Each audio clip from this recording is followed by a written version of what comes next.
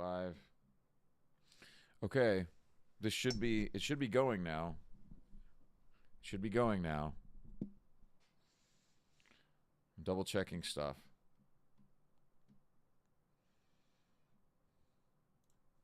I am double checking stuff. Hold on. It's not what I wanted. Hold on. My name's Andrew. This is Ugly Review, if you can hear me. It looks like it is working. Okay. Well, that's fantastic. Hi, guys. If you're watching this, I don't think anyone is right now, but that's fine. Sorry for... I'm very sorry for any delay, but I might have to move this back to like 5:30 a.m. or 6 a.m. even. And I am sorry for the lighting in here, but my ring light farted out on me. That's all right. Some piece of shit from China. Oh, boy. Oh, boy. So this is, let me make sure this is all, yeah, it's live. It's going. That ain't.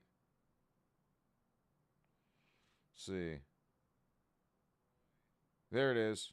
All right, we're good. She's going. She's flowing. You know what? Maybe I should put this out on Twitter. Maybe I should put this out on the Twitter. Let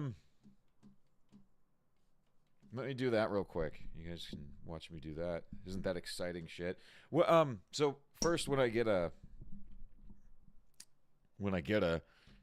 this is my idea for this stream. To do like a week in review, like a recap. I've got all my notes here. I'm going to have to figure out a better system here, but this is the first time I'm doing this. So I'm going to figure out some kind of better system here, but I've got all my notes from the week. Now here's, I'll give you a rundown. I've got a 9-to-5 job that I can work from home, which I'm very grateful for. So I sit at my laptop and I work, 9 to 5, like I said. And I'll have my headphones on, listening to all sorts of stuff throughout the week, all sorts of entertainment and, culture news and everything like that. And anything that I believe is noteworthy, during the day, I'll write the day down and the date and who I was listening to, where I heard it. And whatever's noteworthy, I figured we could go over at the end of the week. Saturday morning review, right? Saturday morning is a good time for me. I'm up early. I want to get something done. And in the meantime, while you might be waiting for the Mask of Zorro review, I thought I'd give you, I feel bad if you guys would subscribe to my channel and I'm not giving you something consistently. I would genuinely feel bad about that. So, in the meantime, while waiting for the Mask of Zorro to come out, I figured maybe we could start doing something like this for an hour or two every Saturday morning. And if people pick up on it, we could do more, maybe one or two more, just an hour here, hour there, something like that. And if for some reason it takes off, maybe go longer, go from there. And another note, I'll be seeing Argyle. My wife and I are going to go see Argyle this afternoon at 2:30 Central Standard Time. We are in Illinois. Yes, we're in the shit state of Illinois. So we're going to go see Argyle at 2:30 Central Standard Time.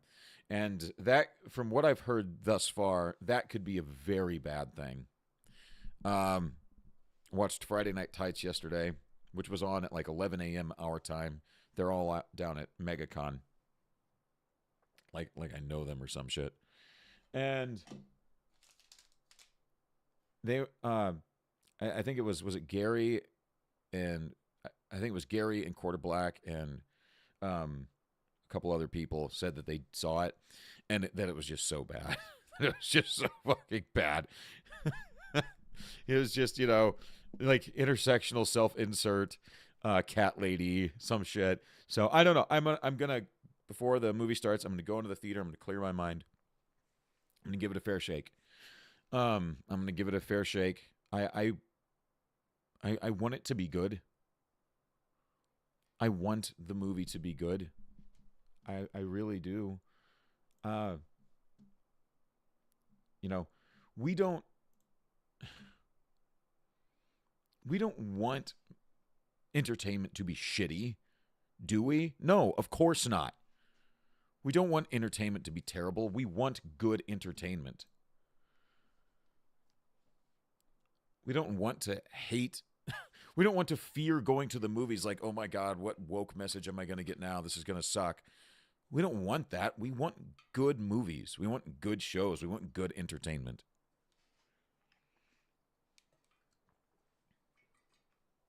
And entertainment is not bad because people make fun of it or people are mean online. That is not why entertainment is bad.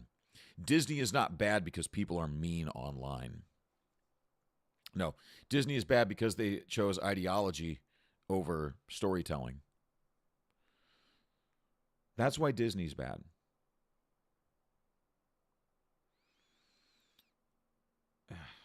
God.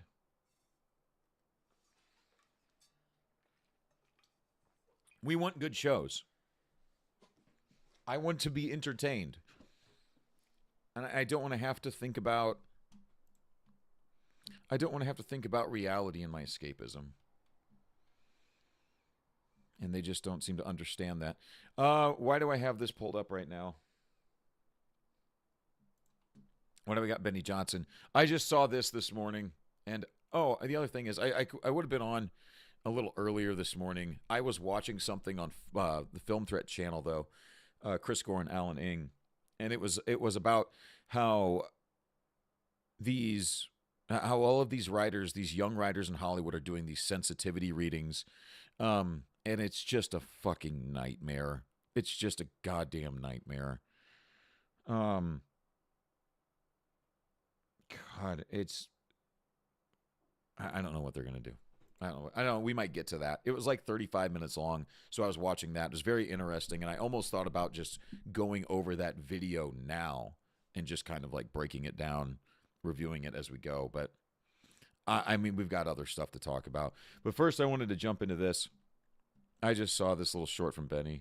Why is it that the women who always look like this have the highest standards in men? What's your biggest turnoff in guys? Probably when they don't work out, go to the really? gym and stuff, yeah.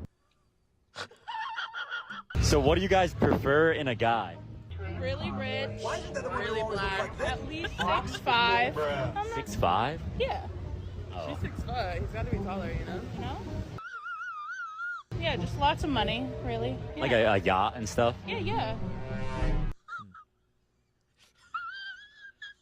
Between men or women, who has a harder life? Absolutely women. Why? We bleed for a week a month. We're sexualized everywhere we go. Get like catcalled? Yeah. I don't think she gets sexualized that often. If anyone is sexualizing her, it's herself by wearing that whatever she has thrown over her slop. I think you're lying. You sit on a throne of lies. Why is it that the Why are women like this? It's not a... God, it's just a fucking nightmare. All right, hold on. I gotta... I have to eat a protein bar real quick. I'm so sorry. I don't want to do this on stream.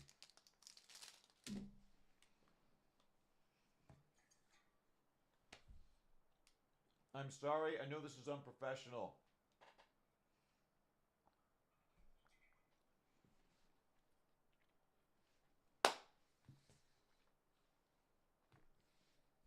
I'm so sorry. Okay, let's just jump into it.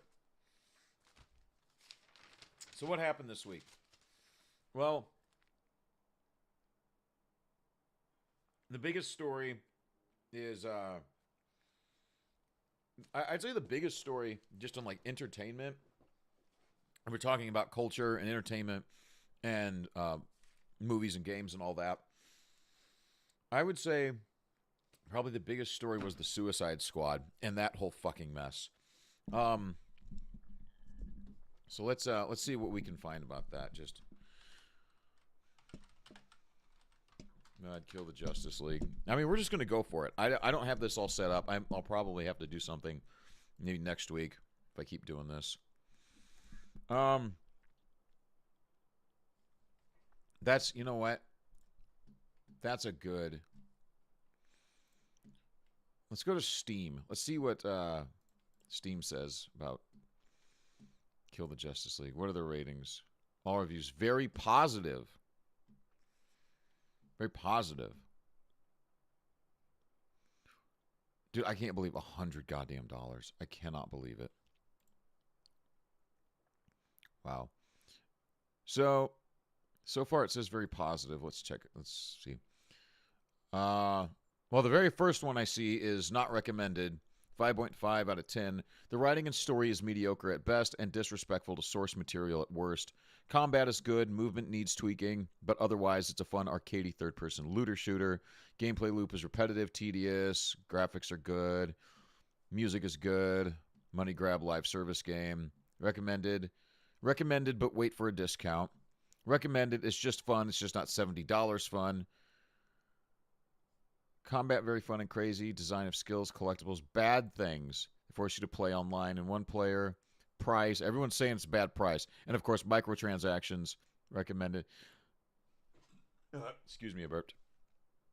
Better than Avengers. A lot of recommended here. People saying it's fun, but it's not worth the amount of money that they're charging. So people are saying it's fun, but what's the big hullabaloo over the Suicide Squad? So, if you didn't notice, if you haven't been paying attention or you didn't know what was going on, oh look at that, Ron Paul celebrating his 67th wedding anniversary. Congratulations. This fucking stand, I have such a Bojangles setup here. Look at this. Thing's falling the fucking apart on me.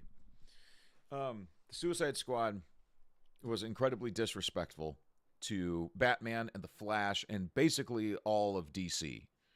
It was incredibly disrespectful. So let's just take a look. I'm still getting used to all this social media shit again, guys. Suicide Squad kills Batman.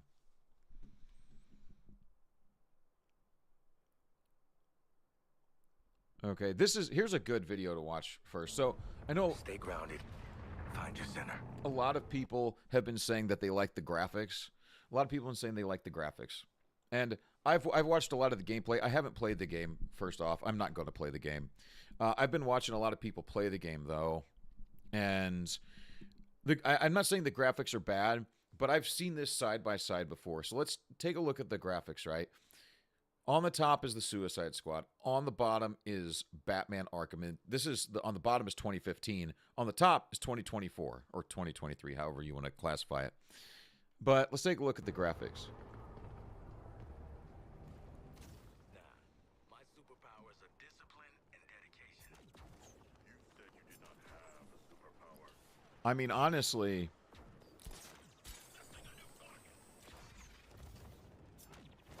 I think Batman looks a lot better. Like, the top looks so bland. It looks so dull and just flat. You know what I mean? It just looks like it's there. Like they didn't take the time to put on some extra layering or details or anything. I think the Batman looks better. Not The Batman, the movie. I hated that movie. The Batman. I can't stand that movie. I fucking hate that movie so much. I'd give that movie like a 2.5 out of 10. I hate that movie. Let's see. Kills Batman. Is this it? There's one that's like a minute 10. Let's see. Batman death. Let's do that. I got to get a new arm here. This one's very inconvenient. I got to get a new arm. That's... Just talk. Straight up. Pan the camera to Batman's death body. Like is nothing... Characters... Oh, yeah. Yeah, okay. I thought there was one that was like a minute long. What's that? Did you know Batman was originally the Mayan god of death, Kemazatz? I don't think I did, actually. Oh, there's Kevin Conroy.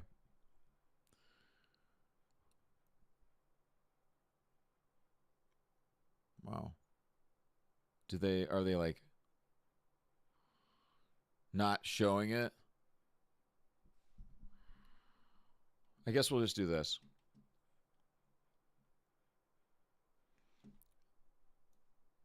Why would it? Him and Death Suicide Squad.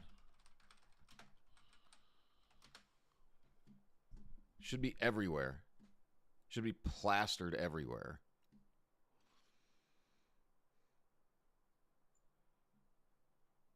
Unless I'm doing this wrong. Am I fucking doing this wrong? I probably am. Let's just click on this one. I didn't think it'd be me at the end. Hubbub! Are we done? No, it's got some fucking stupid music over it.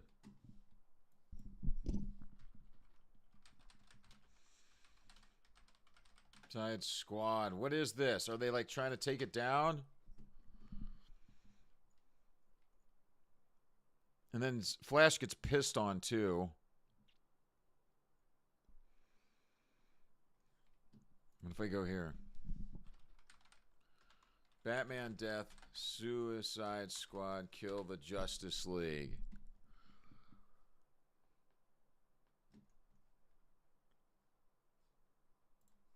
Let's try it on YouTube then.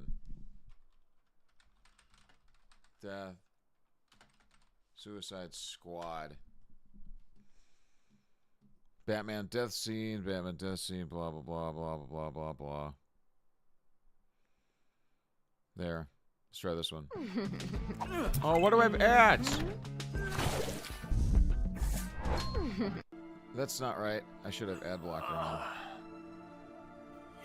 But with words. There But it is right you here. with words. But you. Let's go back a little. I never was too bright. Get Your herd animals. Okay, here it is right here. So this is the death of Batman in Suicide Squad Kill the Justice League. And I want you to notice the language here, and we'll go into why this language is important, because this game was made by Rocksteady, and Rocksteady has been making games for I don't know, a while now. Let's see when they were founded. Rocksteady founded. So Rocksteady was founded November 8th, 2004 in London. Okay? And then the co-founders and studio heads, Sefton Hill and Jamie Walker, left the studio in 2022. It looks like 2022. Yeah. At the end of 2022, just a few months before Suicide Squad Kill the Justice League was set to launch. Of course, game eventually suffered a lengthy delay after widespread disappointment over its reveal as a live service looter shooter. Yeah, that's one of the other things about this game that a lot of people are pissed off about. That it's not like Arkham. It's not just a single player game you can jump into and do a campaign. You must have online service, and it has to be serviced. It's a live service game. It's exactly what it is. I'm not a huge gamer or anything. I mean, I like video games, so I don't know as much as I don't want to pretend to know like all the terminology. I don't want to pretend to know the this and that's or anything like that. But I will. I'll do my best. I'll do my best to keep up with it. But what happened is the founders and apparently the founders, the studio heads and founders, they left at the end of 2022, and from what I can find, they took a lot of they took a lot of the original crew with them, from what I've heard. And I actually don't know what company they went to, or that they just made a new company. 100 Star Games. Rocksteady co-founders Sefton Hill and Jamie Walker have created a new London-based studio called 100 Star Games, as reported by Polygon, which found the company's Great Place to Work profile. Studio AAA titles employing 100 developers. And they probably took a lot of those developers from the original Rocksteady. And then Sweet Baby Inc. When did Inc. start work on Suicide Squad? I don't know if I'll be able to find this. But anyway, so the original founders, creators that made the Arkham games, the great legendary Arkham games from Rocksteady, they left at the end of 2022. Sweet Baby Inc. came in at some point. And if you don't know Sweet Baby Inc. is this Marxist organization that comes in and shoves intersectionalism into everything that it can, right? They come in and they tell you that they are narrative directors and assistants to the writing staff and everything like that. And basically they just try to get you to sacrifice story for ideology. You know, make sure that you just talk about gender, make sure that you talk about race, make sure that you talk about sexuality, make sure that you bash capitalism, make sure that you bash religion, you know, anything that most of the people in the Western world would consider good, you have to tear that down. Because it's Marxism, and that's what Marxism does. It's tearing down the old guard while at the same time holding on to the institutions that the old guard built, because you have to hold on to those institutions because those are the only things keeping everything alive and supported and moving and working. But you have to get people disenfranchised because people have to believe in your bullshit now. Stop believing in the old guard, believe in our new Marxist bullshit. And that's where Sweet Baby Inc. comes in. They come in and they change the story, they change the narrative, right? So that now it's focused on ideology, it's focused on intersectionalism, political identity, all of that. That's what it's focused on now, not story. Sorry. My throat has been like so dry. I've been losing my voice and shit. I've been losing my voice, I think, like left and right. Well, obviously not left and right. I'm talking here. But I was laying down all sorts of tracks, recordings for The Mask of Zorro. It's probably all I'll do tomorrow for the review. Is I'll probably finish all of the script, recording all of the audio for Mask of Zorro tomorrow, and then jump into the video editing, either late tomorrow or first thing Monday. Before I go to work, get a couple hours in.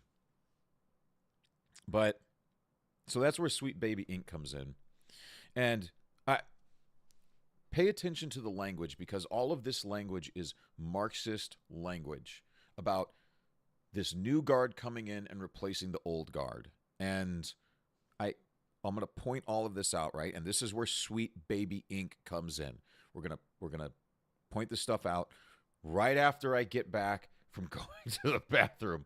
I'll be right back, you guys. I'll be right back.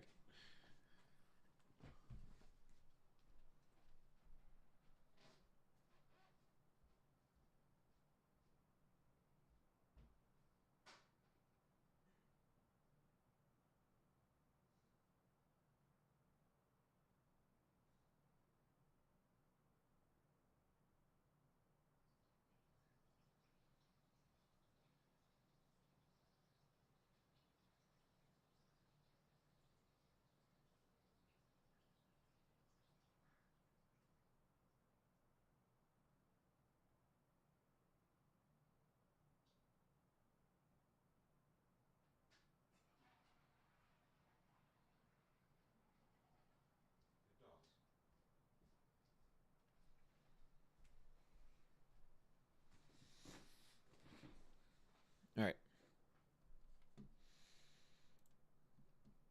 Okay. We good? Is the sound coming through on this? I hope so. I'm going to check on my phone real quick.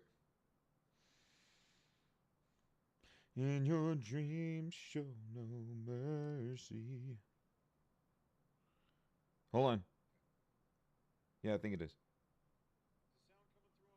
Yeah, there it is. Okay. All right. Is it quiet? I don't think it's too quiet, is it? I've been having that issue. That's not a good thing. Hold on. God, what a fucking mess. What a mess.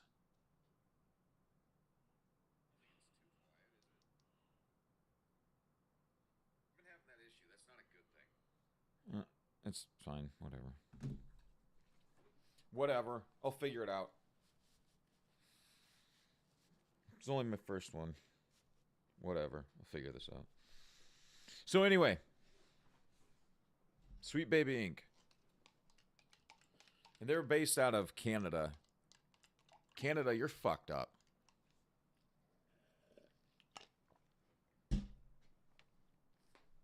Canada is bad. Canada is real bad. They've got that new program. I can't remember what they call it. Or it's assisted suicide program. What the fuck? Anyway, let's watch this, and we'll stop it. We'll stop it as we go, and we'll talk about the language that they're using. Okay, so let's watch this. Make sure.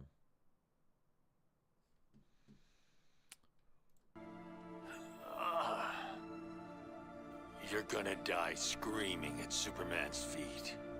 Why? What's up with his feet? I don't know, man. We're 2 for 2 on killing your boys so far. Ah! Love makes it worth the pleasure. You think you're a team now? You're herd animals, dependent on someone else to survive. Like you, Harkness. So, right there, like you're herd animals dependent on others to survive. I think that's Marxist language, and it's true, right? Dog's walking in the room. If you read books like the Naked Communist, or if you read the original like tenets of Marxism and communism, it states that literally they cannot create anything. They cannot build anything.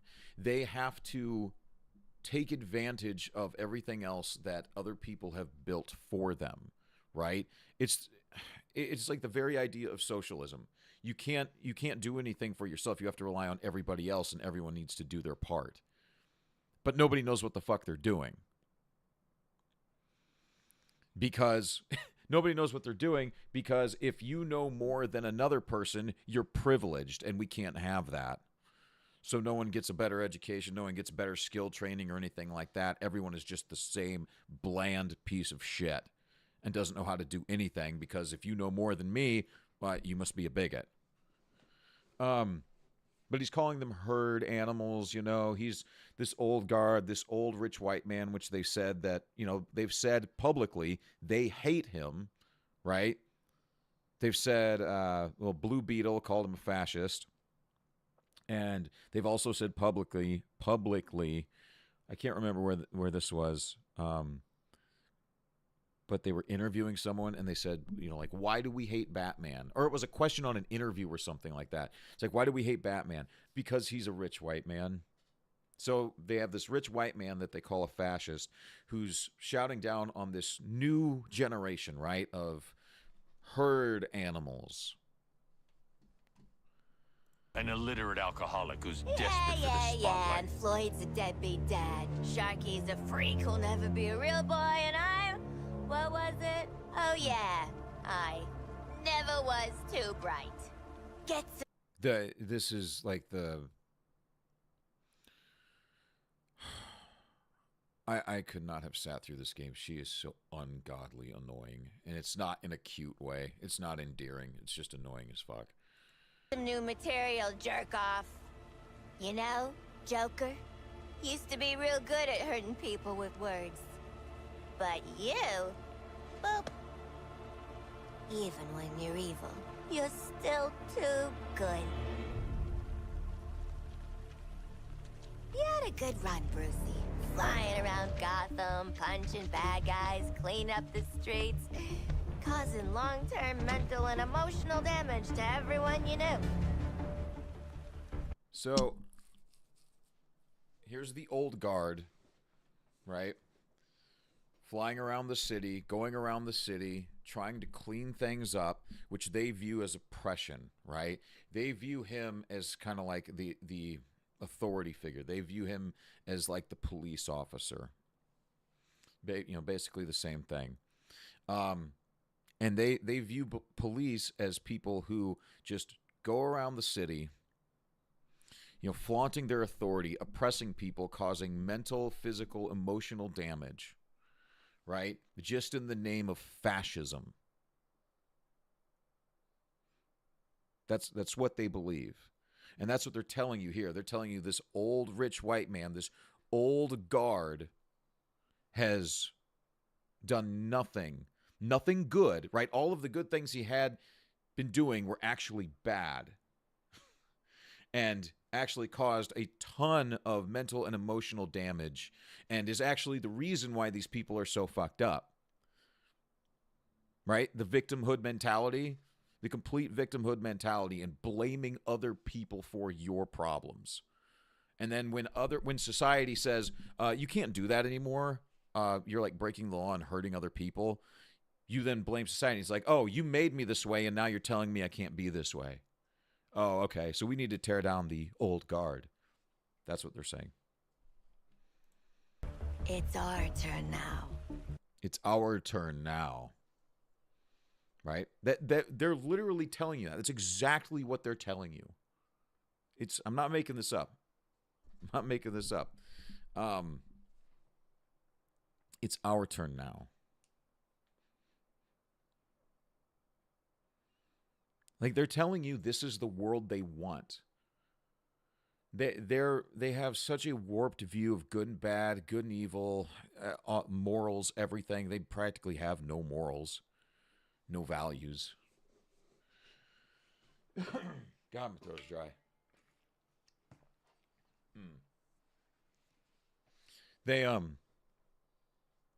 This is the world they want to build. They want chaos. They think they want chaos. They think they want chaos, right? They think they want anarchy. They wouldn't survive 2 seconds. Not very many people would. And I'm not sitting here telling you that I would. I have no idea. I got a better chance than them, though. I got a lot better shot than they do. Still, I don't want to tempt it. I don't want to push it. They do. They think that will somehow bring about some order. Right? Order from chaos. Oh, where have we heard that before? Is it a conspiracy if it's everywhere? So anyway, what'd she say? What was the last thing she said? Stupid bitch. Everyone you know. It's our turn now. It's our turn now. After all we've been through. After all we've been through, our victims. But you didn't think it'd be me at the end. I'm a victim. I'm a victim. Of course, it's the beat up, abused woman. I am so damaged.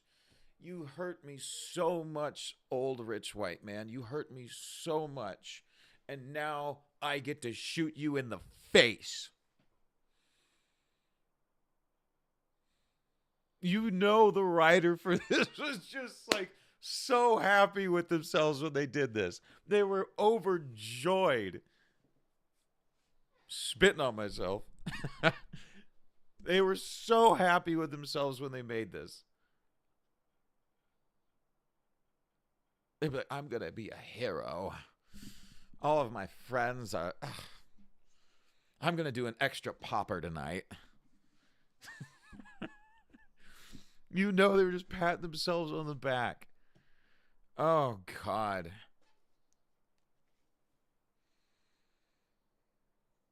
They got out the special Chuck E. Cheese furry costume for this one.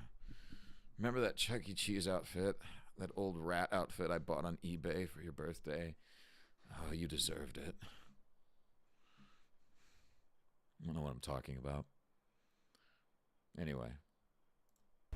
Are we done with your bad stand-up routine? Are we? Almost. But you always gotta end on your best joke.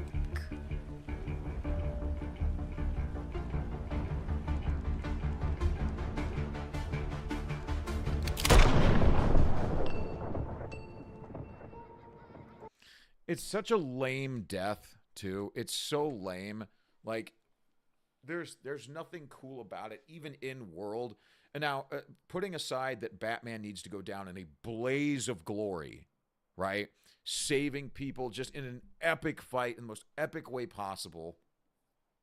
And this is just a fart in the wind. Like, even let's just put that aside and pretend we don't need that. We do, but let's pretend we don't. This, even just in this world, is such a lame death. There's nothing exciting about it. Like, I don't feel like, even if I believed in all of this crazy bullshit, I don't feel like I would find this entertaining or engaging. I'd just be like, but that's it? You know? You should have done something a little more crazy than that. But they couldn't. Right? They wanted to. I bet they wanted to chop him into little pieces. I bet they wanted to throw him in a wood chipper. But they couldn't. Because they knew that would scare too many people away, and they probably would have sold negative games.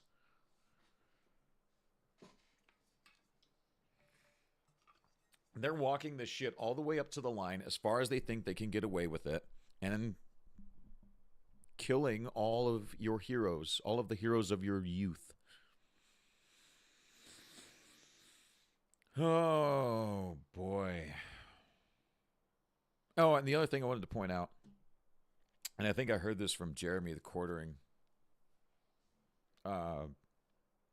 She has a revolver. And after she takes the shot, you can hear the shell casing hit the ground. Which is retarded. The only way I could think of that happening is if, like, your revolver blew up in your hand. Which I wish I could watch that happen right now. But listen. She's going to pull the trigger, you get the shot, you see the cylinder cycle, and then you can hear a shell casing hit the ground. So, you know, one more fucking thing, because these retards don't know what they're doing. Gotta end on your best joke.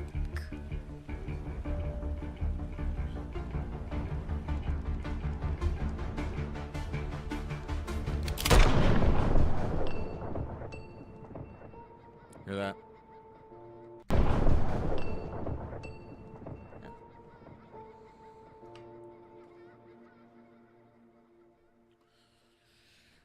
Oh, so lame.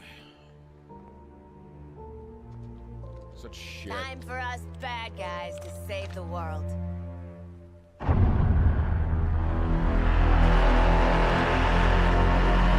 Time for us... That was loud, I'm sorry. Time for us bad guys to save the world. And again, they believe that too, right? They know that the world... They kind of embrace the idea that the world views them as bad guys, right? Like, if they're Antifa, they're like, yeah, we don't care, you know? We are the rogues. We are the bad guys that the world needs right now. We are the anarchists that are going to turn the tide. Yeah, we are the hero. We're the anti-heroes. Yeah. Yeah. That's how they view themselves. You know it's true. You know it's true. This stuff is just such self-insert fantasy bullshit. Oh my god. Where am I at here?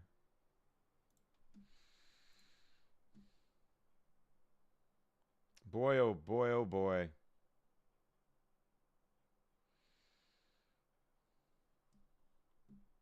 Let's see. I don't know what I'm looking for now. What happened there? I didn't do that. All right. Is that all I wanted to talk about with this? Sorry, I lost my train of thought.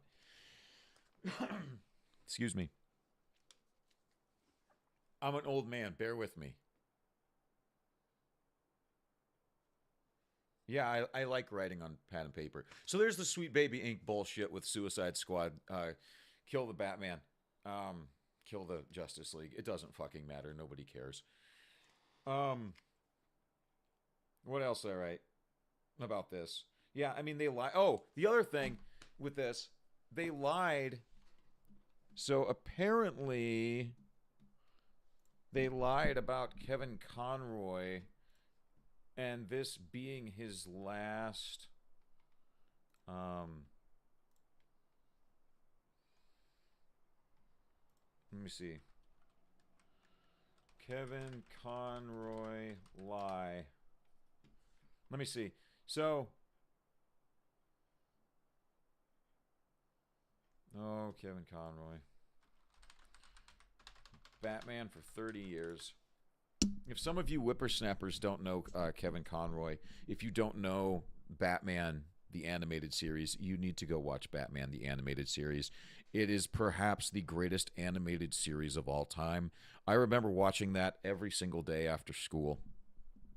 I would run home from school and watch it every single day. They would show it at 3:30. They would start at 3 p.m. They'd have 2 episodes on every day. That's how I got to know it, because they would show all the reruns. They'd have 2 episodes on, and I'd run home from 3 to 4, and I never got to catch all of the first one. I would always make it home maybe like at 3:20 or, you know, maybe right at 3:30 or something like that. And I would catch maybe just the end of the first episode, and I would get all the second episode, and it was great. If some of you whippersnappers out there, or if you just never seen Batman the animated series, Kevin Conroy, the guy who voiced this Batman, you need to go check it out. What am I looking at? Let's see. Suicide Squad. Damn it. Conroy's last performance. Yeah, there we go. Okay, so according to Game Rant, this was 2 days ago. I don't really. We'll just fucking use that. That's fine. If it opens,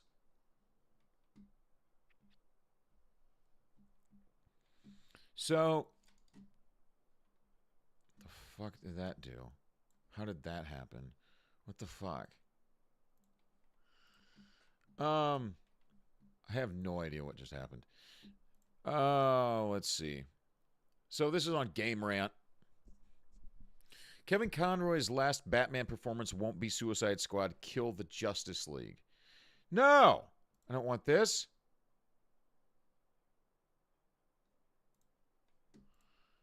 Oh. It read to see if I have a blocker, and it said, hey, turn off your blocker. No. So, if you don't know the story behind this, Sweet Baby Inc. had told everyone that this was Kevin Conroy's last performance before he died. Last performance as Batman. And which is apparently not true. And Kevin Conroy passed away in, was it 22? Was it 2022? It probably says in here. Yeah, late 2022, right there. He passed away from cancer at the age of 66. And not Sweet Baby Inc., excuse me, Rocksteady. Well, maybe Sweet Baby Inc. It helped him do this. They were telling everyone this was Kevin Conroy's last performance as Batman. And of course they were saying that to sell copies, right? Oh, you have to see Kevin Conroy's last performance as Batman. You got to see that performance. It's because it's going to be a great performance, and we have to keep it for posterity because we love Kevin, and we do love Kevin Conroy. But if you want the last piece of Batman that he ever worked on, you should get this game. That's what they were banking on. That's exactly what they were banking on. They wanted you to be nostalgic. They wanted you to be sympathetic. They wanted you to be emotional and make an emotional purchase. So they told you that. They told you it was the last thing that Kevin Conroy ever worked on. And they lied.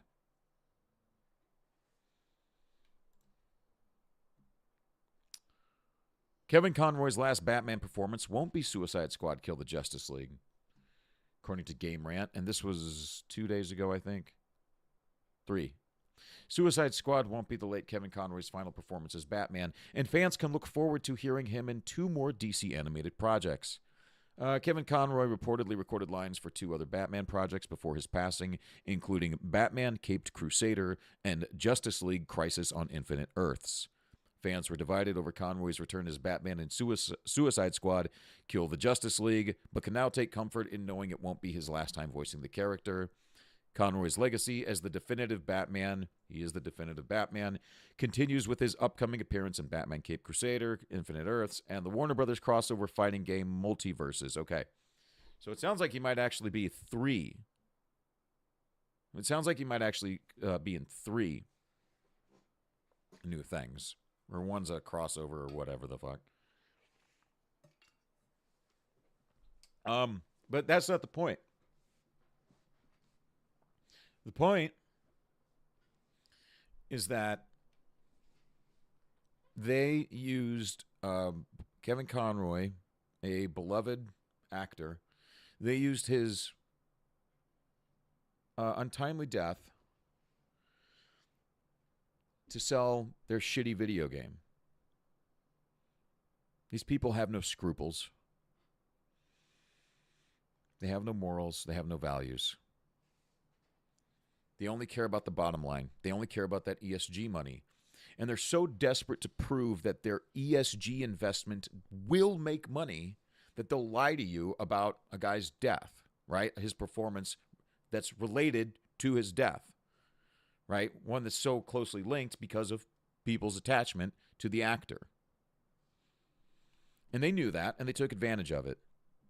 It doesn't look like it's going to work, thank God.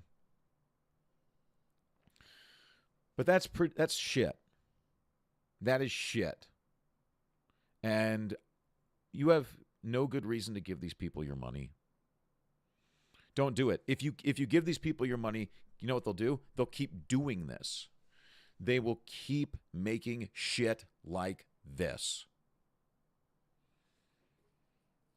And we don't want that. We don't want them to keep making shit like this. We want this shit to burn.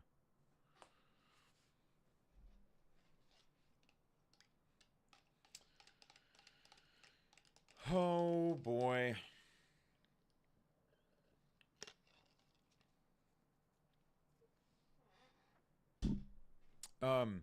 It's just disgusting.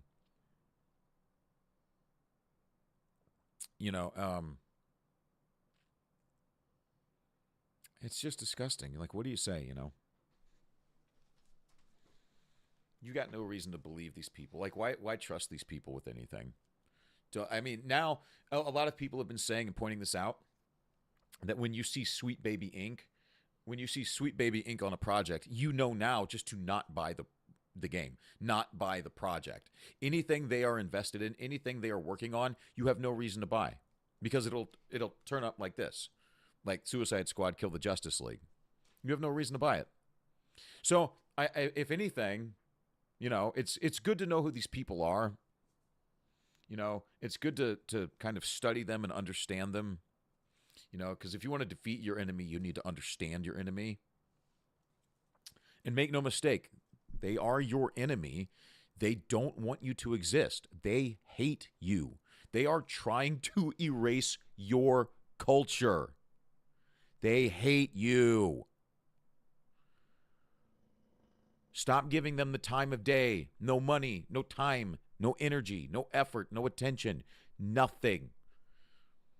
You cut them out of your life, they will cease to exist. The only reason they still exist, the only reason they're able to do anything is because we give them attention. Just cut them out of your life completely. Cut these people out of your life. And they will disappear.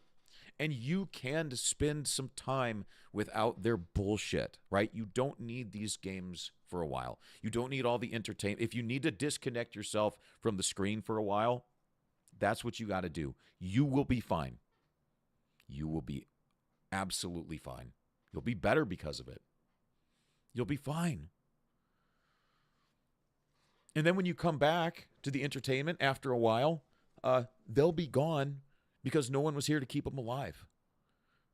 They'll be gone. They'll be off, I don't know, working in an Amazon warehouse, I guess, or something. You know, they need to put their money where their mouth is, and they just need to go start another commune. Can we just give them Portland and call it a day? Like, just all of the good people in Portland, we should pay to move to Texas or Tennessee or wherever the fuck they want to go. Someplace safe and sane. And then we should, and do that with California too. I know California is very beautiful, but, and so is the Pacific Northwest for that matter. But, just build a wall around California, move all the good people out, and move all the crazies in. And just let them do whatever they want. Just fuck it. I know people say, that's giving up. That's the best we could probably do right now to get, just to at least start heading in the right direction. At least start heading in the right direction. Anyway. So there's Sweet Baby Inc. and Suicide Squad, Kill the Justice League and all that. Was there anything else I wanted to say on that? Fuck this shit. I talked about the language. Excuse me, sorry. Going on down. For some reason, I have internet censure written next to that. I don't know how I'm going to connect that. What else do we have? Let's just move on then. I don't know what the fuck I'm doing. Oh, one thing. I did see... Let's watch that. Let's do that. Let's do something fun. Let's do something fun. Let's watch...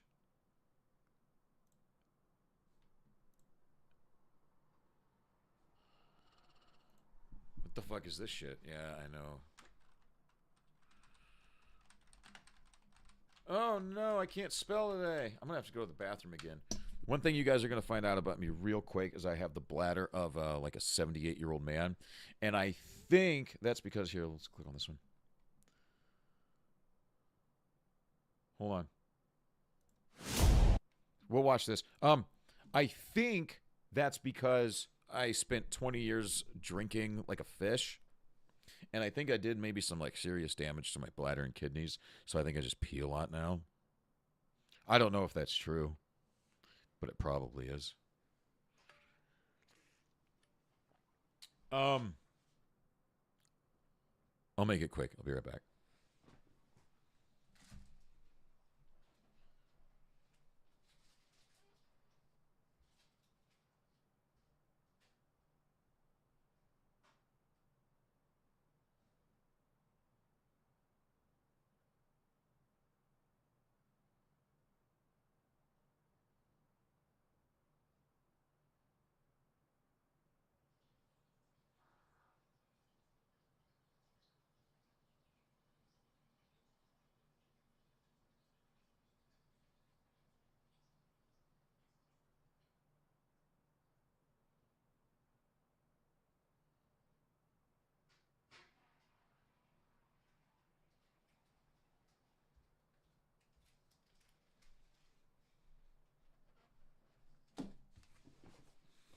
Told you I'd make it quick.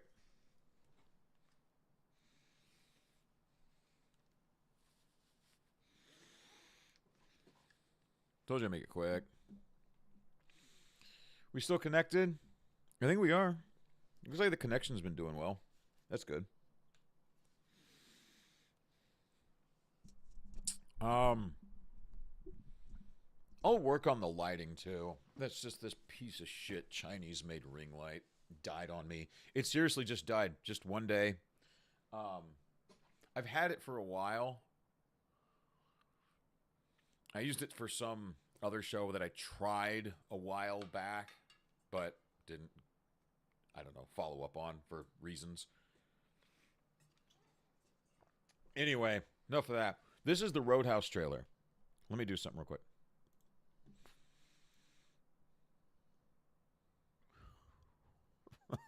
I don't know why I found that so funny. Oh God, I'm a child. I'm gonna shrink this for the. Actually, hold on a second. Oh, that is the full screen. I do have a big ass monitor that does this crap. I gotta get a different monitor, I think. All right, let's go with that. This is the Roadhouse trailer with Jake Gyllenhaal and Conor McGregor. Let's watch. Before we start, do you have insurance? What? Your coverage good? Like, you have dental? Oh, haha. Is there a hospital nearby? Is it, like, too far? About like 25 minutes, I'd say. I just slapped you. Are you all right? What?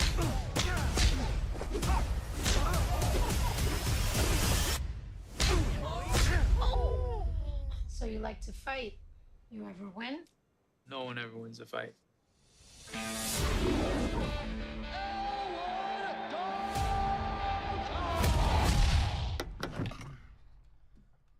This ain't the Holiday Inn, pal. I'm moving.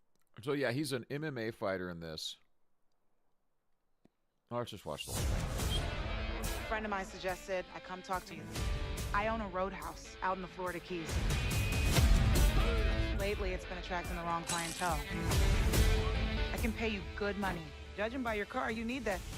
Well, I like my car. Think about it. I know who you are. Elwood Dalton. Big fan, man. That guy's got a knife under his shirt. You just take a big step back and pop me in the face. You can do it. Tell me about this bouncer. Yeah, it's all nice, like he's Mr. Rogers or something, but then he'll haul off. Really interesting guy, overall. That was good sound. Brand wants to take the roadhouse away from me. He wants to build some resort. I should warn you. People have a certain way of getting things done around here. Hey, fellas. Looks like you're having a smashing night. Dalton! I got a tip for you. Don't let no one get this close. Let me guess. You're gonna threaten me? Tell me to get out of town? I get the impression that you can't be threatened. Once Knox is on the job, it's over, baby. It takes a lot to get me angry, but when I am, I just can't let go.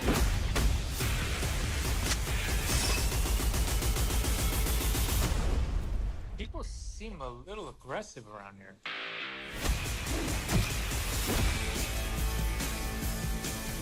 Is that one a friend of yours? No, I just broke his arm. That looks good. That looks good. It looks entertaining. It looks like a really good, entertaining movie.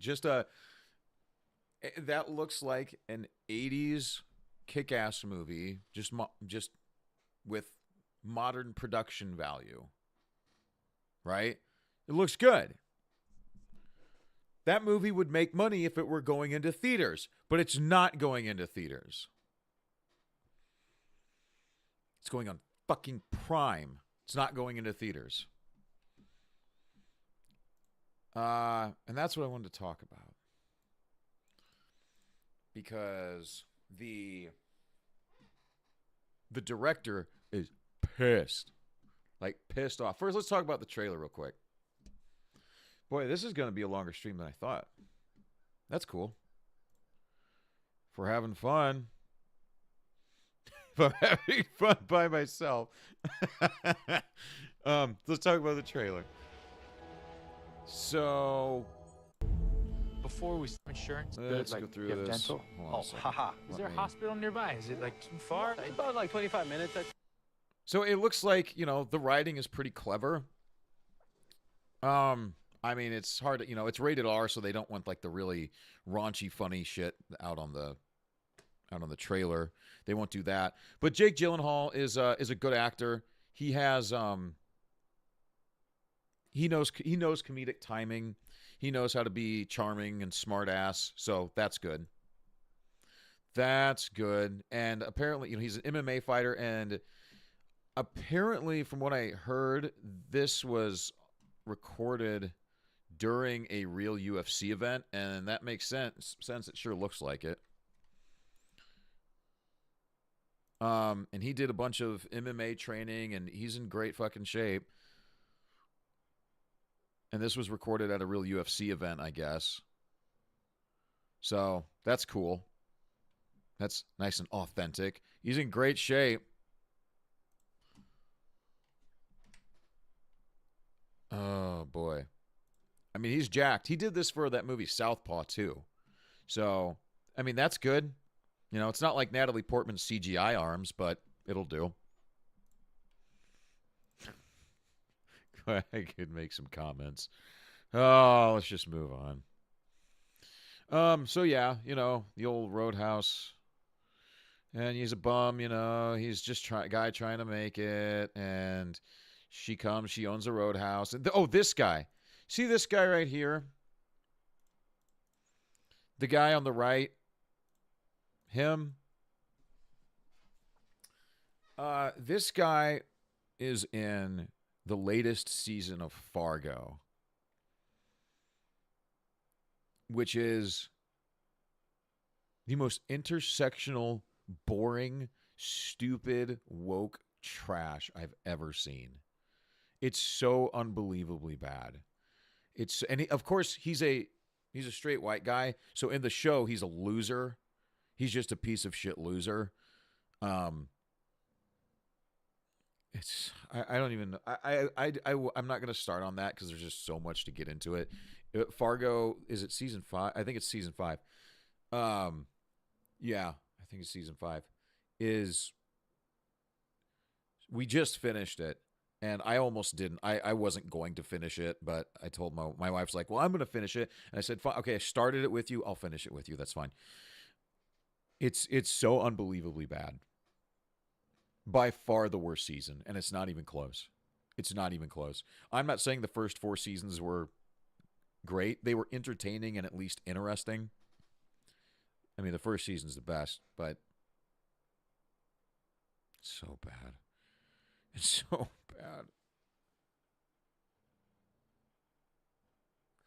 And my wife said, why don't you do a review on that? And I said, I don't think I want to.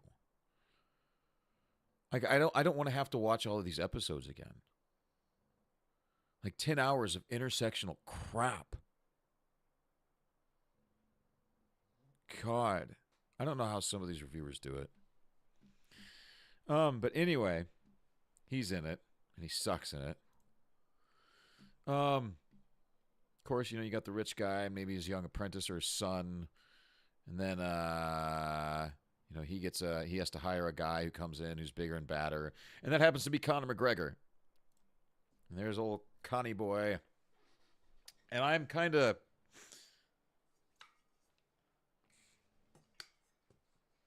I think this could be a good and a bad thing. It could be Ronda Rousey bad. Remember Ronda Rousey in Fast and the Furious, I don't know, 86 or whatever it was. Remember that? That was a fucking nightmare. She was so awful. She was so awful. And she looks fine in the fights for obvious reasons. And I think the fights in this are going to look pretty damn good. They're probably going to look great. Conor knows how to play to the camera. My concern is that he's going to overplay to the camera. Right? And it's just going to come off as silly and ridiculous and over the top, and he's just going to be a really bad caricature, which isn't terrible in a movie like this. You know, you want kind of big over the top personalities and guys who really stand out, characters that really stand out in stuff like this. There's nothing wrong with that. But I think maybe it's just because it is Conor McGregor. And we already know that he has a massive personality. It's a good thing I said personality. So I'm just a little worried it could go over the top. But I don't know. He could surprise us. No, he just maybe gets into it a little. We'll see. Hopefully Jake Gyllenhaal can calm him down. Yeah, I think the fights are going to look fantastic.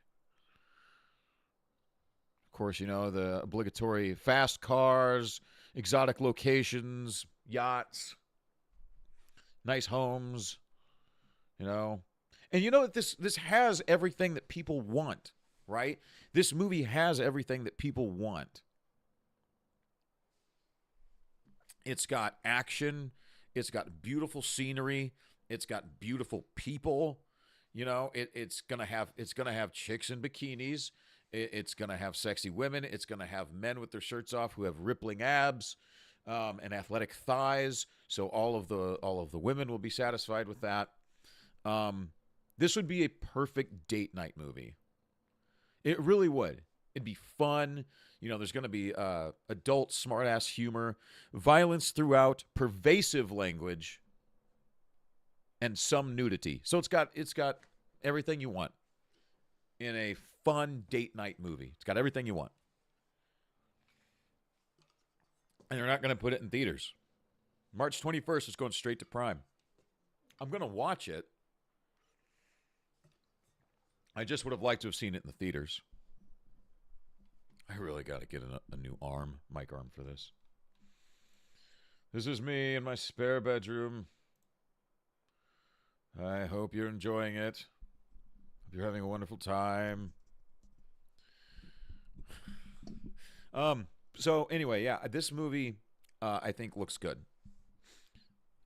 It's good to have movies like this. Just straightforward action movies with sexy people, smart-ass humor, a bunch of fights, and that's it. And no message. That's all we need. That's it. Okay? And then put it in theaters. But Amazon doesn't want to do that. What'd I do? Here I go, moving my shit mic arm out of the way. No, sorry. I shouldn't complain. I've got nothing to complain about. Let's see. So, Roadhouse director. Let's see. Yeah, director Doug Liman is boycotting the premiere of his film Roadhouse at South by Southwest to protest Amazon MGM releasing it on Prime Video instead of in theaters. Now, he released either a video or a letter about this. Let me see.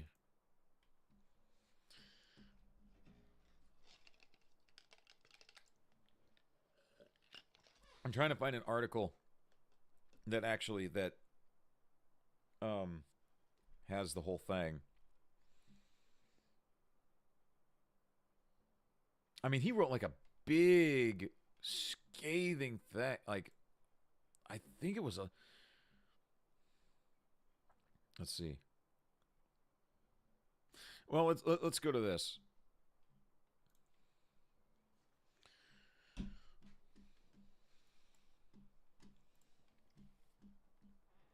Let's just go to this. So we just saw that wonderful trailer, and now let's read about this terrible news.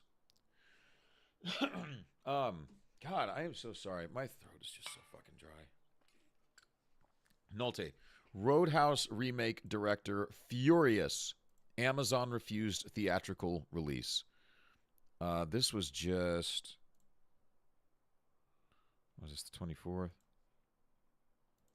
25th? What's the date on this? I just fucking saw it. 25th, thank you. Doug Liman, director of the upcoming Roadhouse remake, is furious Amazon is sending his movie direct to streaming without a theatrical release. Liman is so angry he's boycotting the film's premiere at the South by Southwest Film Festival. Liman is so peeved he wrote an op-ed for the far-left Deadline expressing his anger. Based on what we know, the remake, which stars Jake Gyllenhaal as Dalton, the role mighty Patrick Swayze made forever iconic, tells the same story with a bit of a twist. Gyllenhaal's Dalton is a former UFC fighter, which means the remake serves up a role for UFC champion Conor McGregor. Okay? I mean, that all falls in. I've got... if you're going to remake movies, this is the kind of movie you would do it to, right? And this is the kind of twist that would make sense, you know, a UFC fighter. That makes sense. We don't want remakes We don't want remakes. We don't want prequels. We don't want... We just want good entertainment, for the love of God. But if you're gonna do a remake, I'd say this is the way to do it. But yeah, again, and there it says right there, why would anyone try to remake Roadhouse in '89? The original's perfect. I haven't seen the original in so long. God,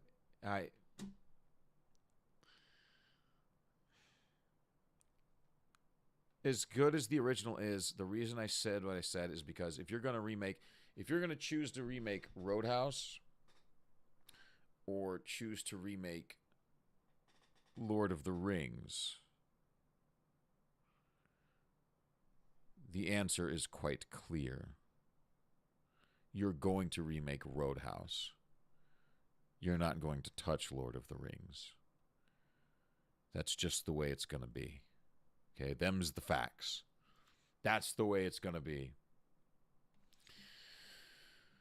Oh, let's see.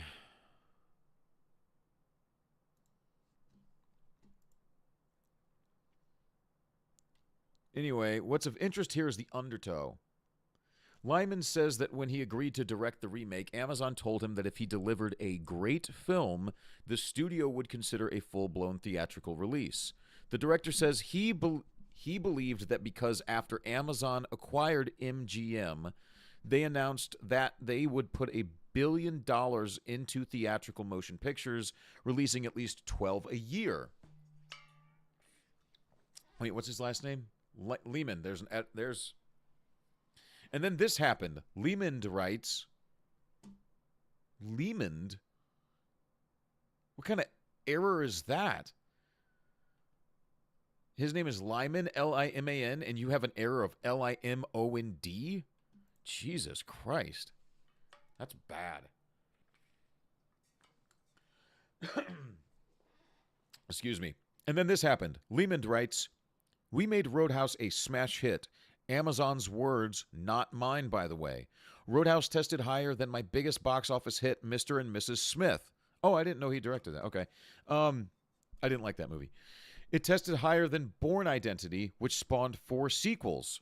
I'm told the press response has been Amazon's best since they bought MGM. Roadhouse has a strong tie-in to the UFC, which has a rabid and loyal fan base that has spawned over 1.5 billion social media impressions for the film, and marketing hasn't even started yet." Jesus Christ, that's a great point. The UFC is popular as fuck. People love the UFC. Oh, dude, guys would... all of the UFC, Affliction t-shirt wearing bros would absolutely buy a ticket to this movie. And they would all wear their Affliction shirts to the premiere. They would. And they're all going to take their girlfriends, and it's God, I can't believe it, man. That's such a great point. It's such a great point. Wow.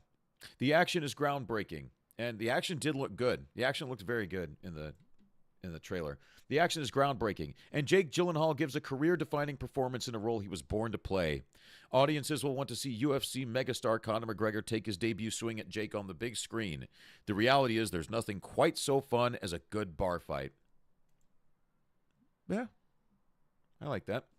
But contrary to their public statements, Amazon has no interest in supporting cinemas. Amazon will exclusively stream Roadhouse on Amazon's Prime. Amazon asked me and the film community to trust them and their public statements about supporting cinemas, and then they turned around and are using Roadhouse to sell plumbing fixtures. Bam! He's right. It's 100% right. It's 100% true.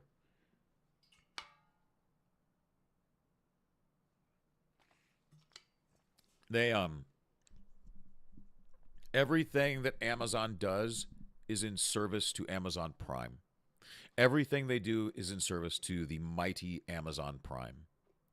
You have to get people signed up to the Prime membership. Sign them up, sign them up, sign them up, sign them up, sign them up. Everything they do is in service to the mighty Amazon Prime. So it almost leads you to wonder if this movie had been a little worse, would they had put it in the theaters, right? Because if it's like their best movie and they really want people to be drawn to it, it's like, well, sign up for Prime. Sign up for Prime. It's only however much. I don't know. My wife has it. I don't have any idea how much it costs. What is it, like $20 a month? Jesus. Maybe this room is just really dry. I don't know. Throat's dry. But he's right, you know, and that sucks. And if they really told him that, boy, that's fucking bullshit.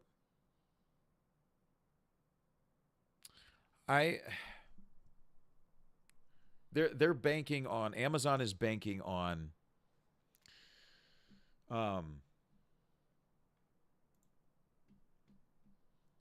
Amazon is banking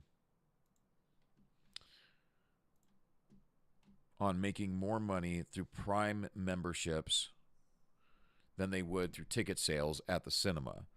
And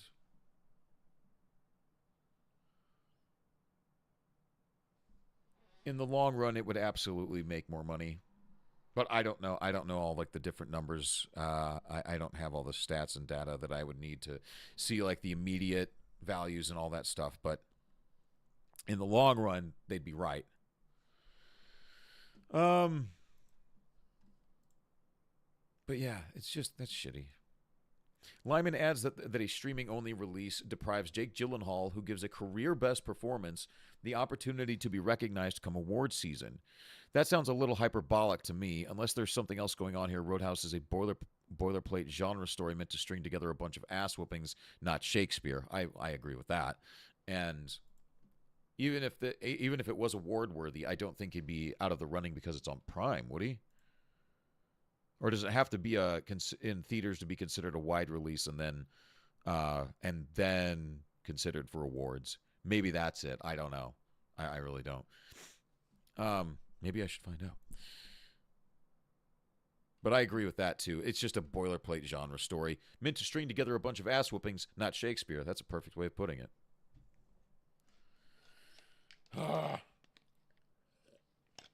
Sorry, I'm not used to talking this much either. Lyman goes on to make some apt points about the importance of the shared theatrical experience and why studios like Amazon should not undermine that experience by getting people used to consuming entertainment in their living rooms. Yeah, that's a problem. As always, though, what I find most interesting about the story is what is not being said. Oh, really? Direct-to-streaming movies evaporate. They have no shelf life in our culture or the popular imagination. Good or bad, without a theatrical release, once the algorithm is done with them, so are we. They disappear from the top of the streaming queue and are never heard from again. Why? Because content is just that. Content. Good or bad, it is all advertised as this week's disposable filler. Yeah. That's a great point. You know, when we, that's a great point. When we see a big movie come out in the theaters, it becomes an event, right? Everyone has to get out and go see the theater. It becomes a big event. Infinity War was an event.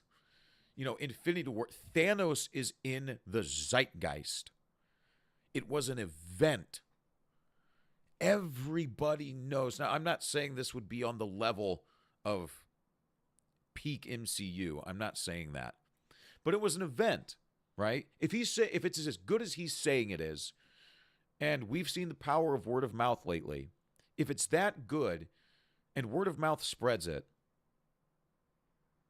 it could find its way into the cultural zeitgeist, and it becomes an event that everyone wants to see over and over and over again. And we go out to the theaters, and it stays in the theaters for months, and it helps the cinemas, and it keeps pushing. And then that just helps Amazon's future prospects in the cinemas. And people will be like, oh, Amazon's their first movie was so great, I'll go see this one. And people will remember that. But like he said right here, the author is correct. You just go to streaming. There it is. Okay, I'll get to it when I get to it. I'll put it in the queue, And then maybe 7 months later, when you've got time to sit on your ass and do nothing, you see it in the queue.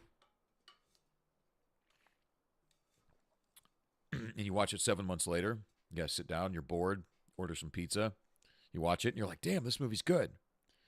Why didn't I watch this before? But if the month it came out, right, comes out opening weekend, maybe it makes $50 million.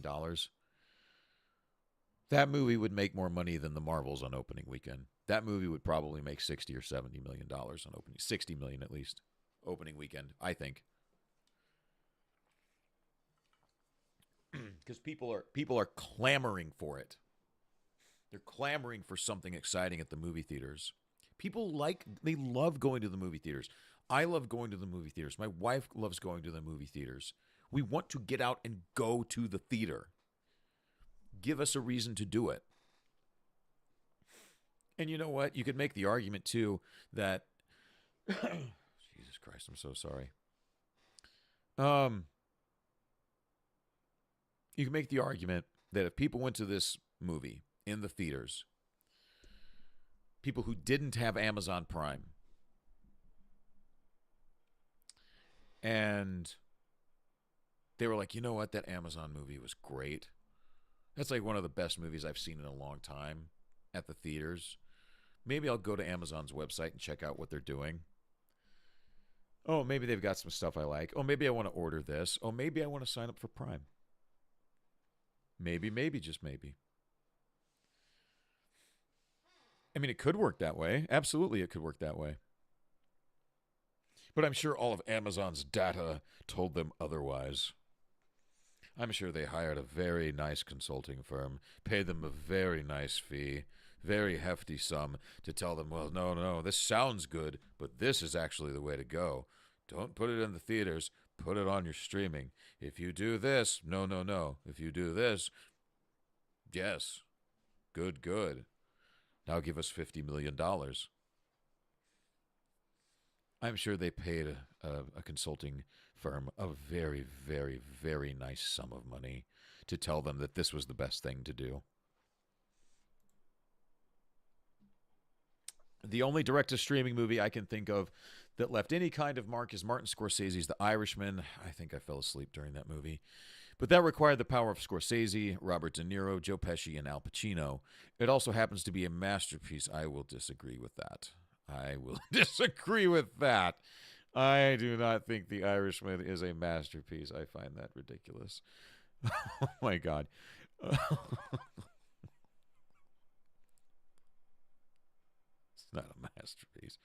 Additionally, with its languid pacing and 209-minute length, that's one reason it's not a masterpiece, The Irishman didn't play like a movie. Instead, it felt like a 5-part limited series, which it probably should. It should have been that. What the fuck?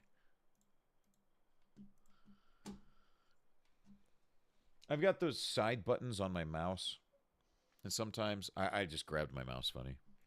That's what she said. Oh, let's see. This evaporation is not because of a made-for-TV taint.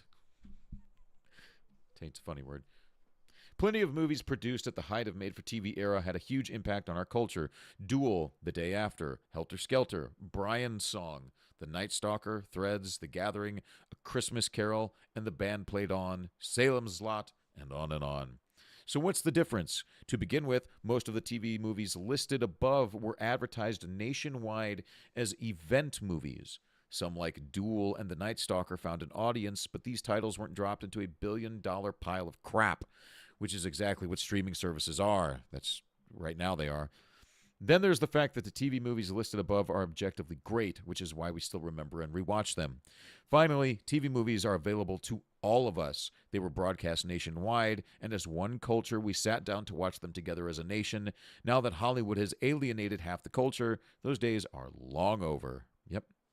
The bottom line, however, is and always will be quality. Does anyone worry they are missing some hidden gem in Netflix's or Amazon's or Disney Plus's massive pile of crap? And even if we believe there was a gem, who wants to waste their life searching for it? Yeah, exactly. No movie is worth 1,000 hours of bad streaming content full of gay sex, normalized weirdos, smug characters, and ignorant lectures. Yes, thank you. One more thing about those TV movies listed above. Their appeal is universal. Those movies were made for normal people, not pierced, purple-haired, neurotic white women who celebrate their abortions. Yes, I like this person. Who is this? Maybe Lyman's Roadhouse is awesome. It doesn't matter, and he knows it. Because Hollywood produces so much unwatchable trash, the only chance his Roadhouse has to make a mark is in theaters. Without that, it will be forgotten in a week. Another piece of content dropped into a disposable pile of trash. Yes, this is 100% true. One of the big reasons that streamers are suffering so much is because they make so much of this crap, right? That he just wrote about. It's bad streaming content. It's just nothing but, and there is, look, it's not just the gay sex. There is so much sexualized content. It is, I find it to be pretty disturbing. There is so much sex in all content now. It's, gay sex, straight sex, there's way too much sex. Okay, it's not just some boobies here and an ass shot here. There's just sex, and it needs to stop. It's done intentionally to hypersexualize us, and that's a whole other can of worms. I don't know if I want to open that right now, but it's done intentionally to hypersexualize us. 100% it's done that for that reason. Because when you're hypersexual, it's easy for you to be hurt and vulnerable. And again, I won't get into that. We could go down a whole big blah, blah, blah rabbit hole there. But what he's saying, you know, one of the reasons that streaming services are suffering, alliteration, so much is their content is shit. And people know it. And people don't want to spend hours digging through a pile of shit, looking for one diamond in the shit. No one wants to do that. A bunch of gay sex, normalized weirdos, trans kids, and that was in Fargo too, smug characters, ignorant lectures made for, what did he say? Pierced, purple-haired, neurotic white women who celebrate their abortions. Yes. That's all any of this crap is made for. Anyone that's who this crap is made for. If I can get it out. And nobody wants it. And this is going to be dumped into that pile of shit, and it's going to be lost. And this guy knows it. The director knows it. Like the writer said, who wrote this? John Nolte. Good article. I disagree with you about The Irishman, but good article. John Nolte wrote this. And he's right. Lyman, what's his name? Doug Lyman, the director of this movie, knows this is going to be a fucking dumpster fire. Because no one's going to watch it. In the theaters, I don't know. I feel like I've already said it all. It's just very sad because it looks like a good movie. Trailer looks good. Looks like it's a fun movie. Looks like it's going to have some good action. Looks like it'll be fun, entertaining. You know, stuff we want, stuff we actually want in the theater. I would love to have this reason to go to the theater with my wife, right? We love going to the movie theater. I would love to sit for 90 minutes or 2 hours, whatever, you know, no longer than that. I would love to sit for the 2 hours with my big bucket of popcorn and a big, terrible soda and lean back in one of those nice reclining chairs and just watch these two kick the shit out of each other, and women in bikinis and explosions in Miami or wherever the fuck this is, and it would be great. And everyone walks out with a smile on their face. It didn't change the world. It didn't save a bunch of gay people. Sorry. We can't save everyone with the Roadhouse remake.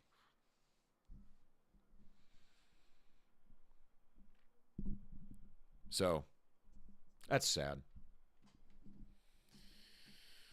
I agree with this director. Just one more big company that doesn't get it. For whatever reason. Big companies don't get a lot of shit. They think they do because they sign up for Twitter. And they do some... They hire consulting firms. And they have Twitter accounts. So they think they know what they're doing. They think they're actually looking at something real. And they're not. They're just looking at... I don't fucking know. Anyway... Back to the notepad. See what the next story is. I don't know. How long have we been going for? Hour and a half? I don't know. See how long we go for. Maybe another hour or so. Something like that. One thing I did want to talk about. I don't know. There's so. Oh, I know what I promised we'd talk about. Hold on, let me run to the restroom real quick, and I will. Let me run to the restroom, and when I come back, we'll figure this out.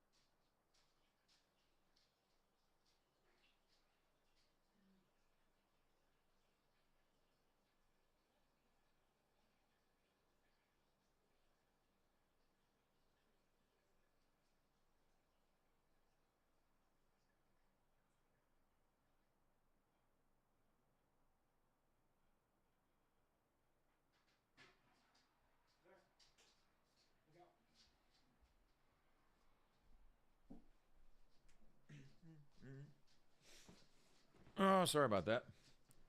Let me do something.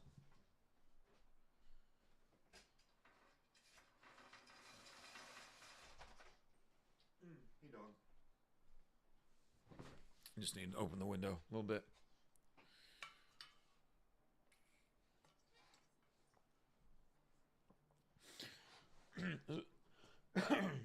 Sorry, I'm going to be 40 this year. And I'm starting to make a bunch of old man noises.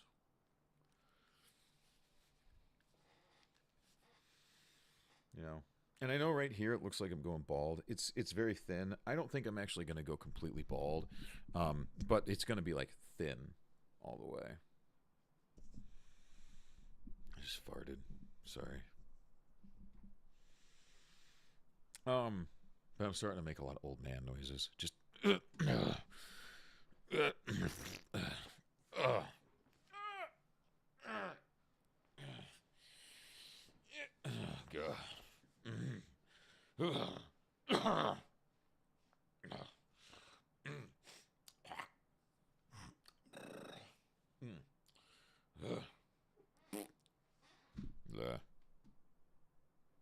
don't know.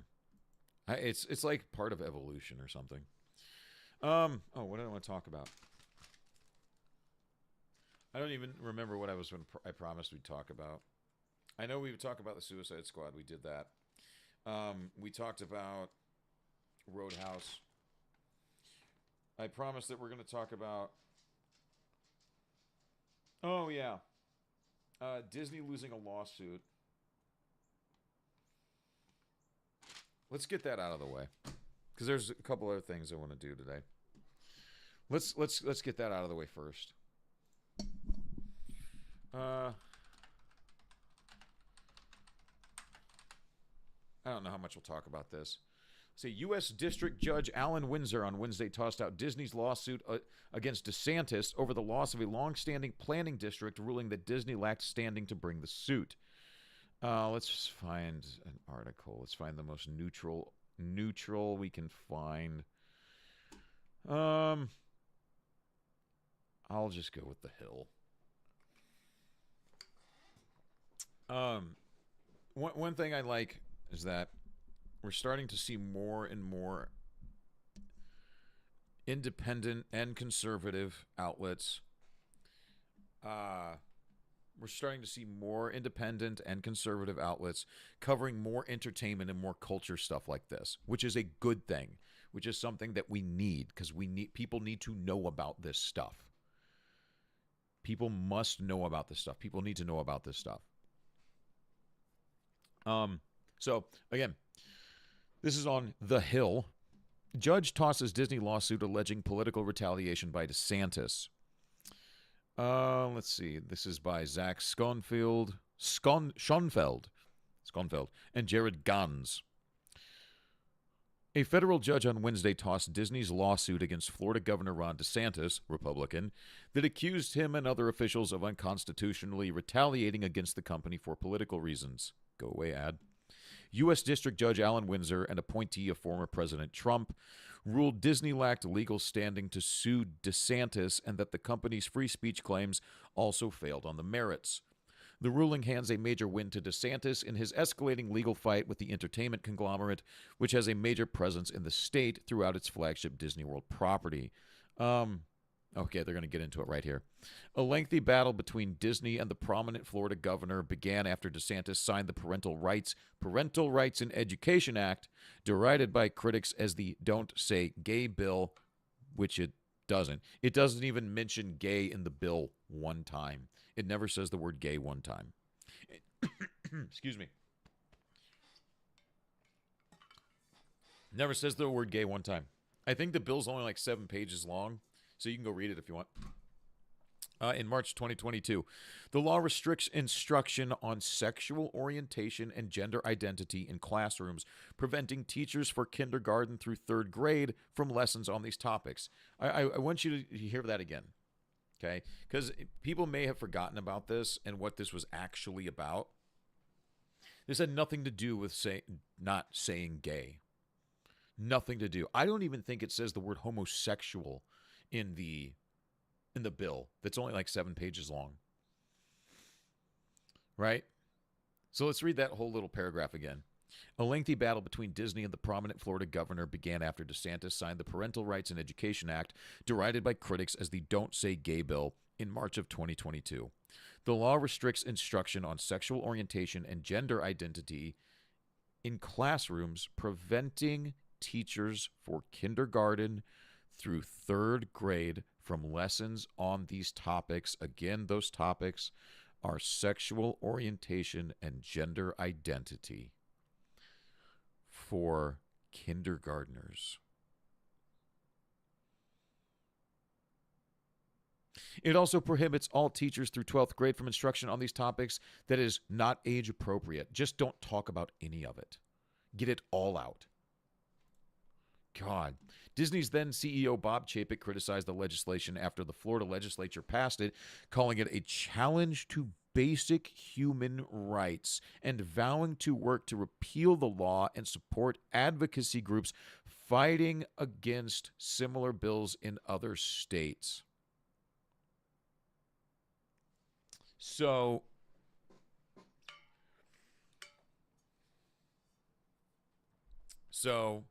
the state of Florida, in support of parents, made a bill that never says the word gay.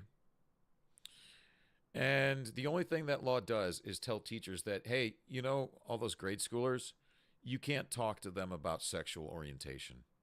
You can't talk to them about sex. You can't do that. Why do you want to do that? You fucking weirdo. Why do you want to talk to kids about sex? And the state of Florida said, no, you can't do that. And Disney said, oh, we think people should do that. We think people should have the right to do that. We think that teachers should have the right to talk to kids about whatever they want, including sex. And for some reason didn't think that parents were going to say, fuck you. You piece of shit.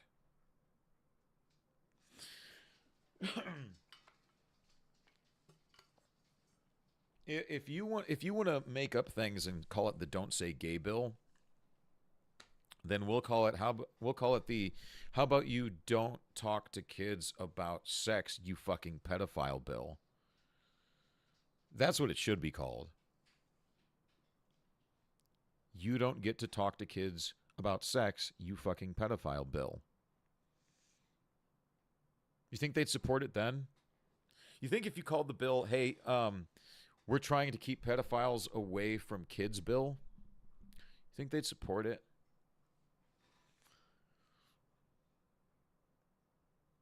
No, they'd politicize that somehow. Let's see. Disney's then CEO Bob Chapek criticized the legislation after the Florida legislature passed it, calling it a challenge to basic human rights. So it's a challenge to basic human rights to want to talk to kids about sex, according to Bob Chapek, who is no longer there. You know where Bob Chapek is? He's on an island with hookers and blow in the hot, hot sun in a bath of margaritas. He got the fuck out, which was the right call. Vowing to work to repeal the law and support advocacy groups fighting against similar bills in other states. In the aftermath of Disney's criticism, Florida legislators moved to revoke a special status that the company has had, giving it some self-governing power for the 25,000-acre district surrounding its theme parks. Sorry, I got dogs all over the place. DeSantis signed that legislation dissolving the district, known as the Reedy Creek Improvement District, last February, creating a new board. Disney then sued DeSantis, Florida's Commerce Secretary, and the members of the new board, accusing them of politically retaliating against the company in violation of Disney's free speech rights. Windsor granted DeSantis' motion to dismiss Disney's lawsuit by finding that the company had no legal standing, meaning the right to sue.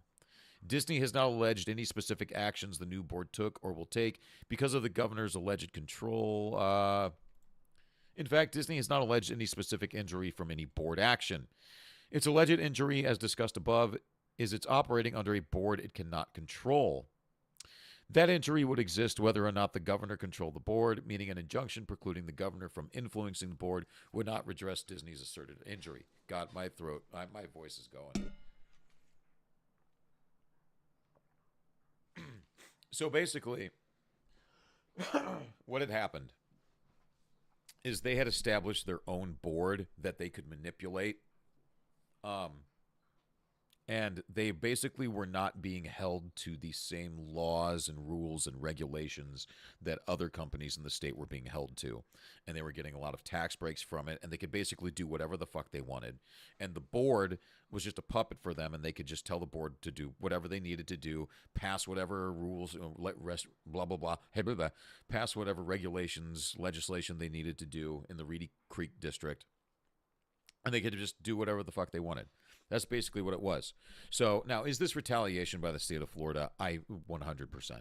Yes, 100% it is. But it's retaliation by upholding the law that's on the books. So before, Florida was just like, we'll look the other way because you bring a ton of business and produce a ton of revenue in this state. You are a net positive. So we're willing to look the other way. But then they started doing wild shit like, I don't know, trying to get people to talk to kids about sex, which is just fucking wild. And Florida said, and the parents of Florida said, this has to stop. And luckily for them, they had a governor who was willing to do something about it. He said, yeah, this has got to stop. And so they said, no, you don't get to talk to kids about sex anymore. And Disney said, well, we're going to fight you on that. And Ron DeSantis went, are you sure? Are you sure? Because Disney didn't think he had the balls to do this. Disney thought that they were untouchable. That not in a million years did Disney ever think this would happen. Not in a million years. No. No. They had no inkling that something like this would happen. No fucking way. But it did. And Ron DeSantis said, okay, then we'll dissolve your old board, your puppets, and we'll put in my board, who will uphold the laws and rules that are on the books, which means we're no longer looking the other way. Now we're looking right at you. And we're going to analyze every single thing you're going to do. And I imagine they're going to find a lot, because Disney's been getting away with their own bullshit for years. When was it established? The Reedy Creek District?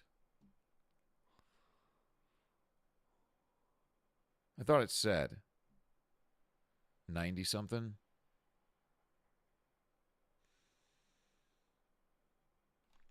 Oh, let's see.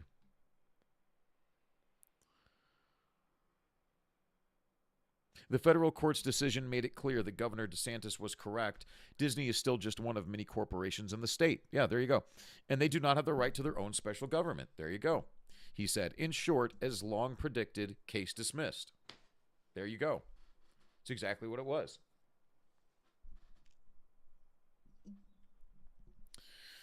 So yeah, fuck Disney. My mother-in-law loves Disney. I have not had a conversation with her about this stuff. She's lovely. I love her.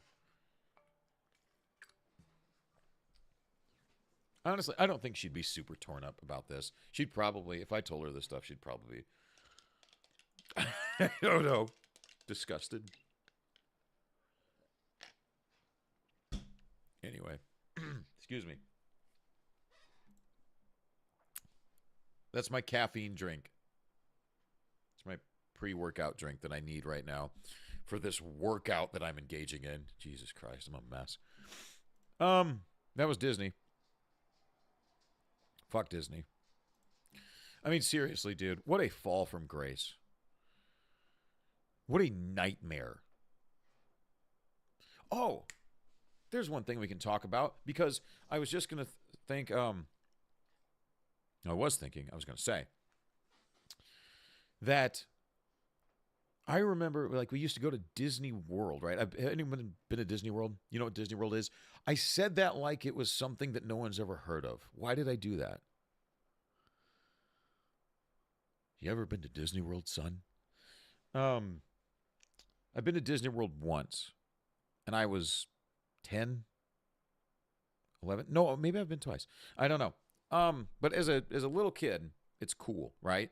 Now, from what I can tell, it's turned to utter shit. Like, I think there's people like actually shitting in the park, like just on the ground, like San Francisco. And there's a lot of fights, and security won't do anything because I don't think legally they can. But one thing that made me happy. Let me see if I can find this over here. This has been working well. What's it called? One thing that made me happy to see this week was, I think I might have wrote it down on my trusty shitty notebook. Yeah, I did. Thursday. This ties in nicely.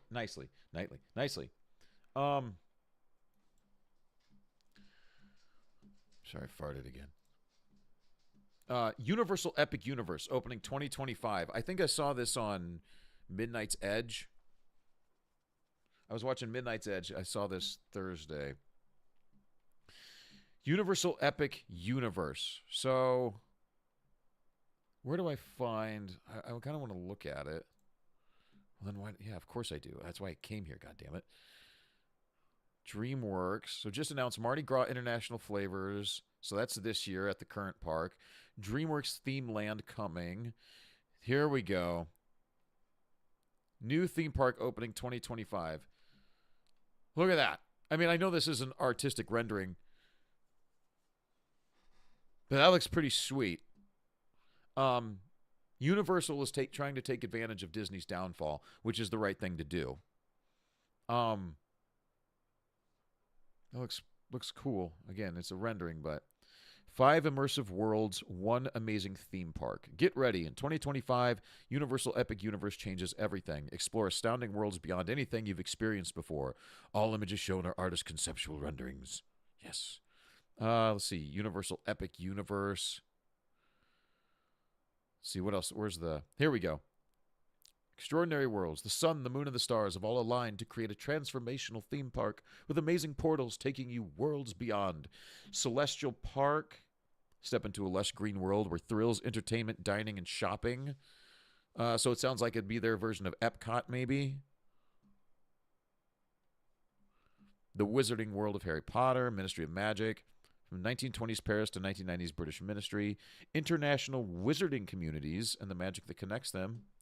Okay, that'd be cool. Super Nintendo World. Cool. Challenging Bowser on Mario Kart ride. Oh, that'll be a popular ride.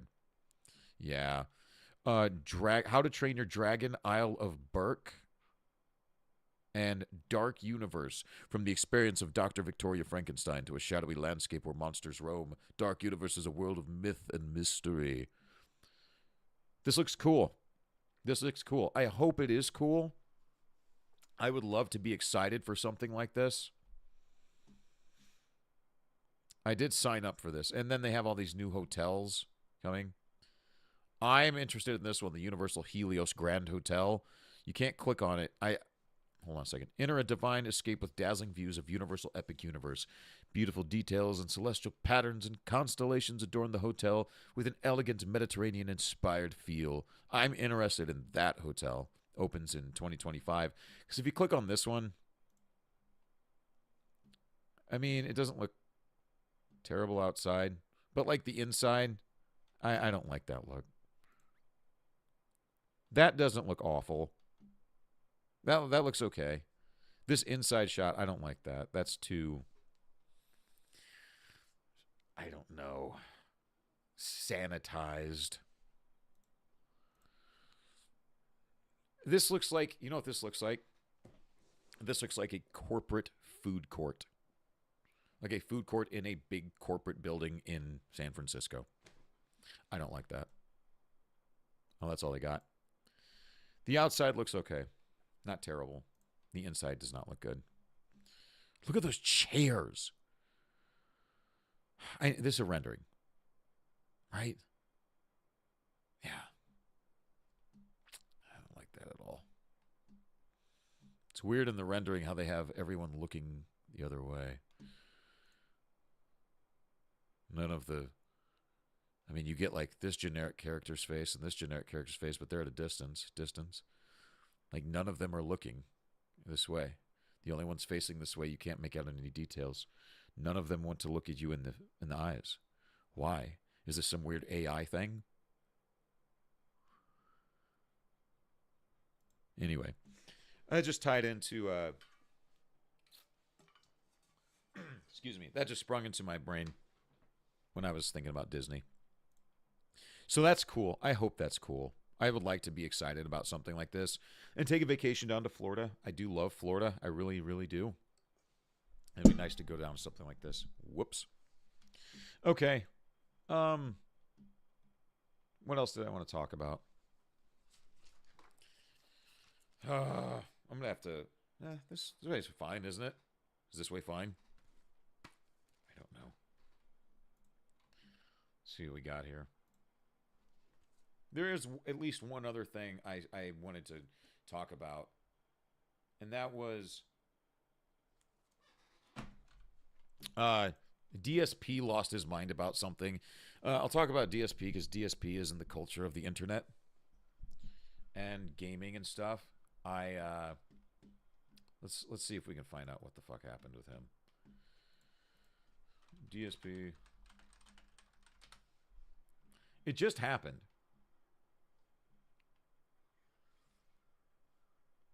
It just happened.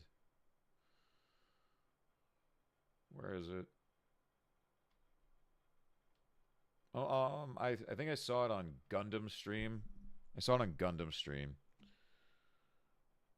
Yeah, Neil deGrasse Tyson's losing his mind too. But here's Duty streams. Must be your internet then.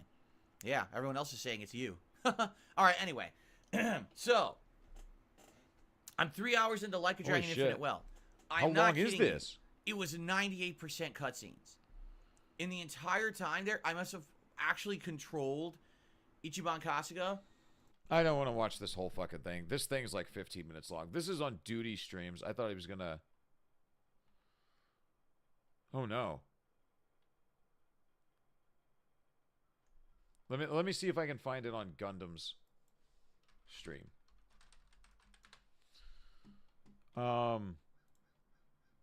It's just a little bit. I don't want to... Shit, where is it? I don't even know how to find it. There we go. Here we go. Let me find it. Let me find it. Phil's right there. It is. They've got it. Good Lord. All right, now we're cooking with gas. Let's see what Phil's up to while I smoke weed. Can I say that I'm smoking weed? 740. Okay, I'm gonna try to do this. All righty. I'm gonna try to do this without necessarily stepping all over Gundam's toes. No, I'm not cutting out Straight Shot. That must be your internet then. Absolutely, their business. And then months later, as if, look, this is a guy right now. What's going on, or who the people are that they've said. But the problem is the other stuff. Now, in reality, fucking memes. So take your meme and shove it up your fucking ass. Idiots are talking about with memes and shit. Okay, I think I found it's it. like, he's just like... Okay, I think I found it. I'm so sorry for all the dead air right there. I'm so sorry. I just wanted to find this without, like, stepping all over Gundam's toes or anything like that. Excuse me, sorry. Pardon me. I know. I'm just so dry. Let's close this. Let's bring this over here. Okay, so this is... I don't even know what is happening here with DSP. You know what? Fuck it. Let's just watch Gundams, because I think they explain it. No, I don't want to step on his toes. No, I'm not cutting out Straight Shot. That must be your internet. Do that... Okay, so this is DSP losing his mind. And, like, he just loses his fucking shit. So we're just going to watch this and see if we can get some context and see what's going on.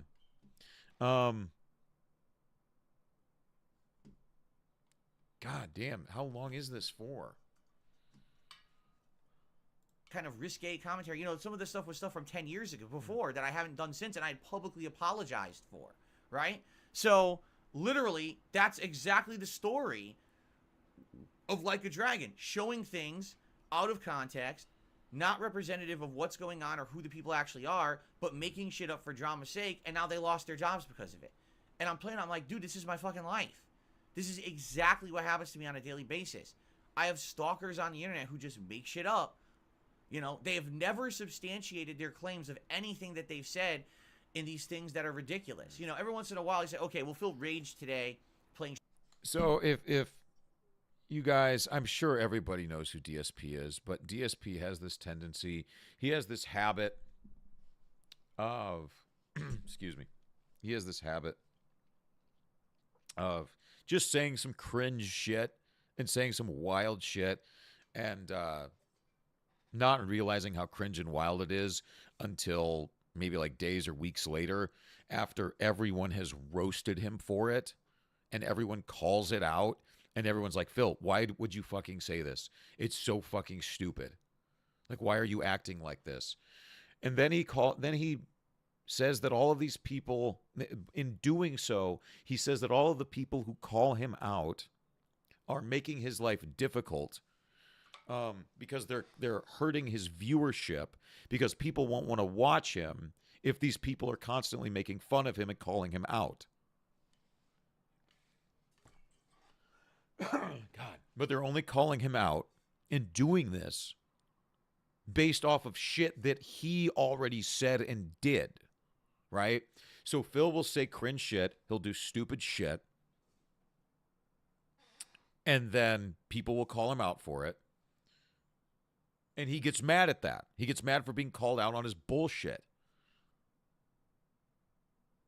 And then He says he says things like this, like, "You got no proof. They never confront me or anything." Well, when people do confront him with it, he either A, just ignores them, or B, goes on the attack and says, "No, you're just a piece of shit and I have no reason to engage with you, blah, blah, blah." He just makes up all sorts of different excuses and reasons that he can't talk to that person or that he can't provide evidence. Like, he's just, and he wants everyone to feel sorry for him. So then he does shit like this, right? So, and it was just such a meltdown that I normally don't watch DSP. I really don't. Like, I get my DSP stuff from, like, It's a Gundam and like I've watched some duty streams before. I don't keep up with it like I used to or anything like that. But it was such just an incredible meltdown on Gundam stream that I at least wanted to show you guys here. So with that in context, right? I'm not going to watch this whole 12 or 15 minute video, whatever the fuck it is. I don't want to. We're not going to sit here and do that. But the context I did give you regarding just DSP, what he does and how he acts and how he treats people is accurate. That is accurate context. Okay. What this is specifically, I don't know. It sounds like it's kind of encompassing all of that. But let's, here, I'll back it up just a little bit. I will back it up a minute. Okay. Because it sounds like he sets off just after 7 minutes. So we're going to let this play for a minute, okay? We're going to let this go for a minute and just watch him rage and see if we can get some context for it. We're not going to watch the whole thing, but let's just see what we got. Made a internet slander campaign. They basically packaged it all together. It was like this big epic montage of bad moments of my history. A lot of them were over 10 years before this time period. And all they did was... Okay, so everything I just said is true. Right?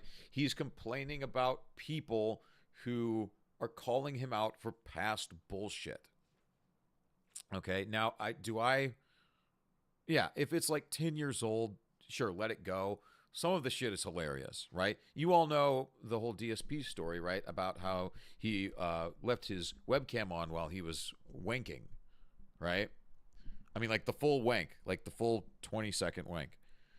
It's all there. It didn't show, like below here. But the camera was on the whole time. So, and he gets called out for his shit all the time. People just make fun of him. He's a lol cow. And he hates it. So then he rages like this. Made this edited, here's the worst of Phil, and presented it to Twitch as if, look, this is a guy right now who's on your site and you're... How did you say presented? And all they did was made this edited, here's the worst of Phil, and presented it to Twitch as if, look, this is a guy right now who's on your site in your partner program, but, look at all the things he's done, but it's not truthful. Number one, it's all stuff out of context. Number two... Okay, so one thing he's getting pissed off about is that people will... he's had a lot of violations, right? He's had channel strikes and all sorts of violations and shit because he said some wild shit about, like, hitting children and Nazi stuff and whatever. He said some crazy shit. And so people will compile it and they'll send it off to YouTube or whoever the fuck. And they'll say, hey, or his, what he's talking about, his advertising partners. And it, people don't want to be associated with him. People don't want to be associated with the crazy, stupid shit he's saying. And maybe he gets some strikes and stuff and he blames everyone else, even though he's the one that said the crazy shit. So here he is blaming everyone else. It's stuff that's outdated. I don't do that kind of risque commentary. Some of this stuff was stuff from 10 years ago before that I haven't done since and I publicly apologized for, right? So literally, that's exactly the story. If you guys want to watch something great, go watch the Side Scrollers interview of DSP if you have not seen it. It's like a 5-hour interview. And it's so interesting. It's so interesting. He goes into a lot of this shit, but Stuttering Craig and Adam Krigler do a wonderful job. And I think Stuttering Craig is seriously like one of the most underrated interview hosts on social media. He's great. He's great. If you want something interesting, like a really long form interview, just to kind of chip away at, or on a long day or something, go watch the DSP interview. Of Like a Dragon, showing things out of context, not representative of what's going on or who the people actually are, but making shit up for drama's sake, and now they lost their jobs because of it. And I'm like, dude, this is my fucking life. This is exactly what happens to me on a daily basis. I have stalkers on the internet who just make shit up. You know, they have never substantiated their claims of anything. Stalkers. DSP, nobody's stalking you. Thing that they've said in these things that are ridiculous. You know, every once in a while you say, okay, well, Phil raged today playing Street Fighter and he insulted some players. That's true. It's well documented. The footage is there. You can watch the footage on my channel, for God's sakes, right? Who cares about that? But the problem is the other stuff that they say and do about me that's completely falsified, that they have absolutely no concrete evidence of at all. I think we're getting there. But they say shit all the time. All these crazy conspiracies they come up with, and YouTube allows it. YouTube just allows slander campaigns for personal gain. I think Phil gets confused sometimes. I think when he says something terrible and he gets in trouble for it, and then someone comments on it, I think that he thinks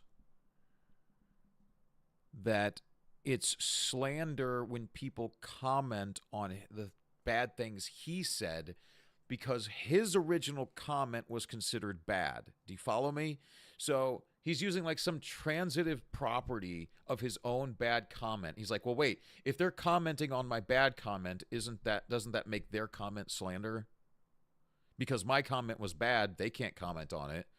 So through some weird transitive property, aren't their comments bad, worser, badder, slanderer?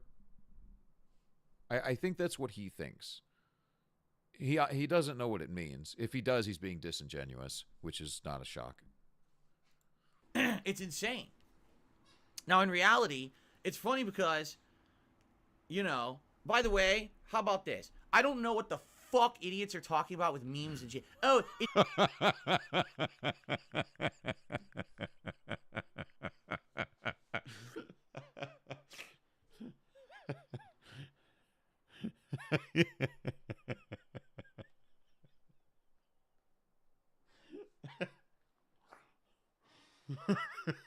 That just took me off guard.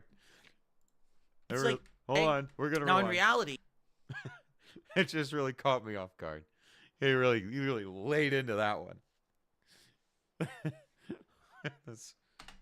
It's funny because, you know, by the way, how about this? Comments. I don't know what the fuck idiots are talking about with memes and shit. Oh, it's like, he's just like me. I don't know what the fuck. It's funny because. Let's see if we can analyze what's going on here.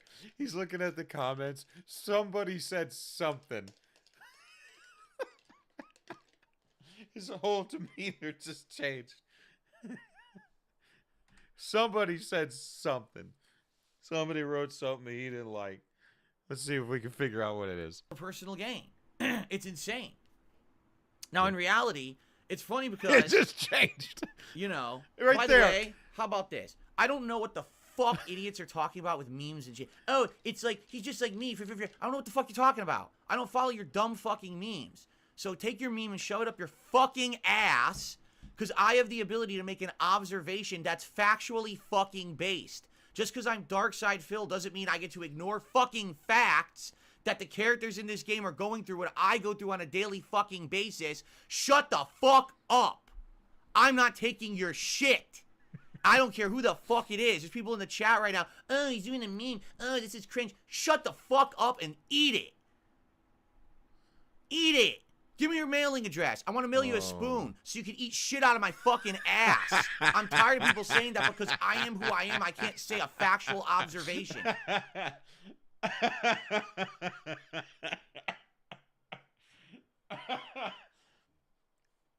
That was pretty good, Phil. It's like that one a lot.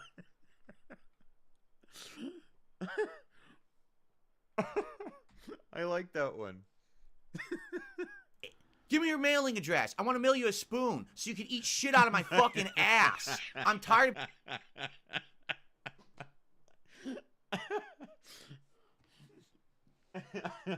You lose his fucking mind. That was funny. I really enjoyed that very much. I'm gonna start using that. How about you give me your mailing address? I send you a spoon. You shit out of my ass. People saying that because I am who I am, I can't say a factual observation. It's a fucking fact that the characters in that game are going through what I have factually gone through on a daily fucking basis for years. So shut the fuck up. I am not putting up with any of this shit ever again. You're gonna tell me I can't make a factual observation? How about you kiss my fucking ass and lick my balls?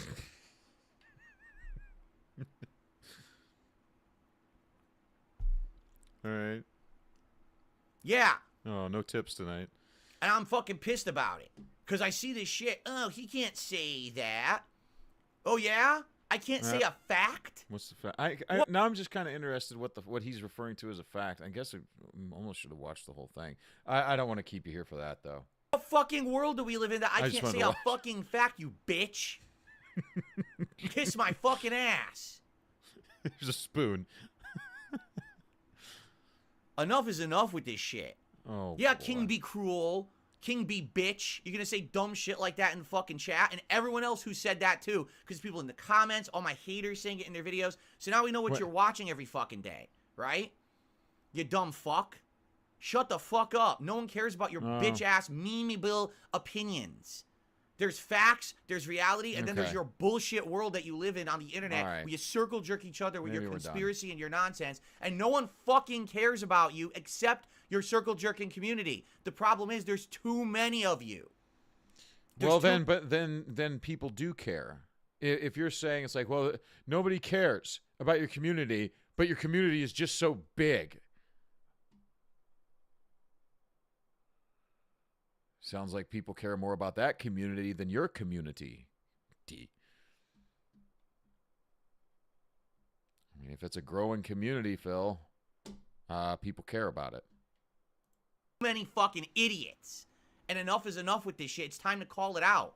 Just because I'm one of the most abused people on the internet doesn't mean I don't get to make a factual observation. Yeah, okay. All right. I can say whatever the fuck I want, and you like it. Or you shut the fuck up. It's a good way to retain viewers. Now, you got a problem with that? Test me, bitch. Because I'm not putting up with it anymore. I'm not.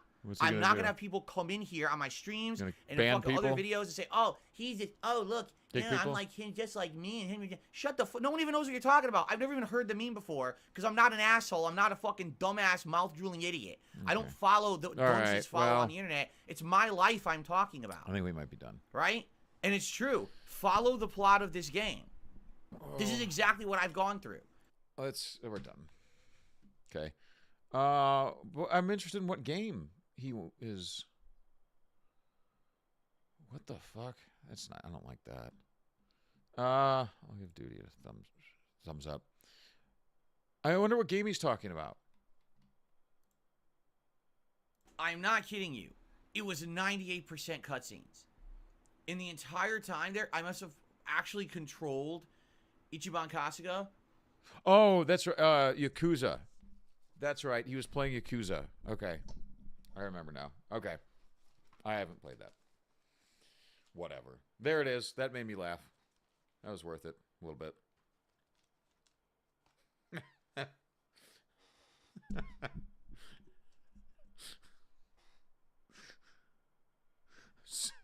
Just give me your address so I can mail you a spoon so you can eat shit out of my ass. Is there anything else I want to talk about today? I don't know. We've been going for 2 hours. That's good. Anything else I want to talk about today? No, we got the Suicide Squad. We got DSP's dumbass. We talked about Disney. Seth MacFarlane is a corporate shill piece of shit. Seth MacFarlane sucks. You know what? Maybe we can push it a little longer. I might take one more restroom break here, and then maybe we'll talk about like maybe one or two other things, and then we'll just wrap it up from there. What time is it? 7:48. We can do that. I'm going for a little over 2 hours. Let me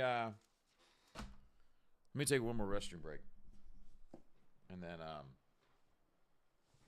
we'll do some things.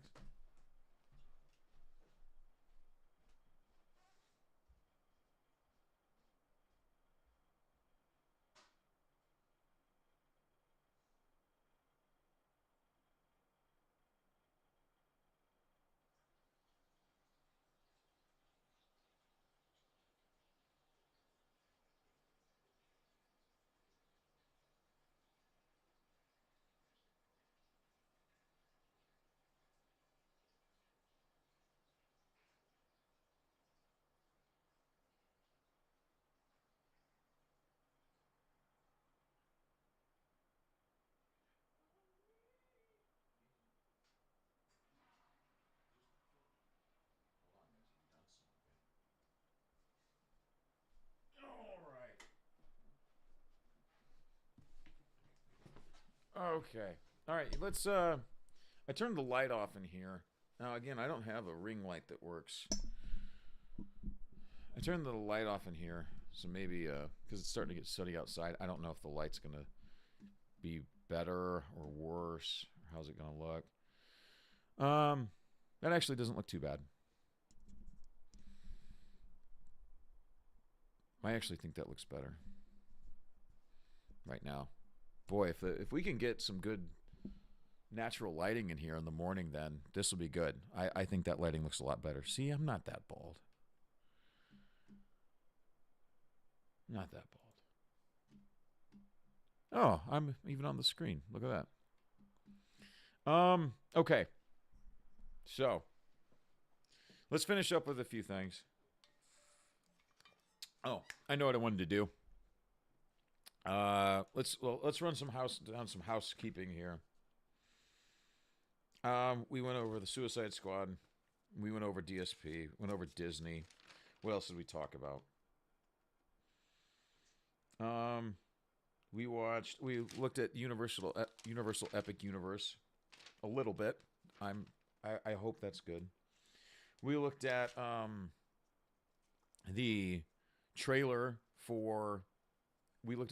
for Roadhouse and how Amazon is screwing that movie over. That sucks. God, why Amazon? Just put it in the fucking theater. What else do we have here? I mentioned how Seth MacFarlane is a fucking corporate shill. He's a fucking retard who supports censorship. If you're interested in that, he went on Bill Maher's show and just made a complete ass of himself and was just basically, I don't even know if I want to talk about that. Millie Alcock was cast as Supergirl. Millie Alcock, who was, what's-her-face in House of the Dragon. She was the girl that got aged up. She's no longer in the show. She was the young version of I can't remember who. But Millie Alcock was cast as Supergirl. That looks like good casting.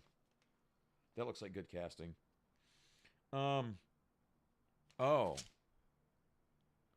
I don't know if I can find this. I don't want to watch all of Doomcock's video.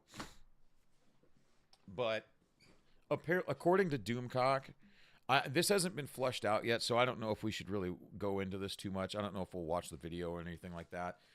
Let me see if I can find something, though. Because apparently the Acolyte plot may have leaked. Maybe.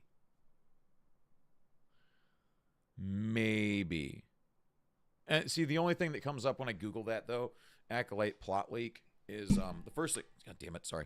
The first thing that comes up is Doomcock, which is fine. But the second thing that comes up is Mike Zero. And that's from last year.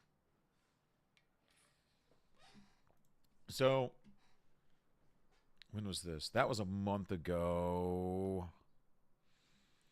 But according to Doomcock, hold on. It's going to be, yeah, Sith Origin. This is a month ago.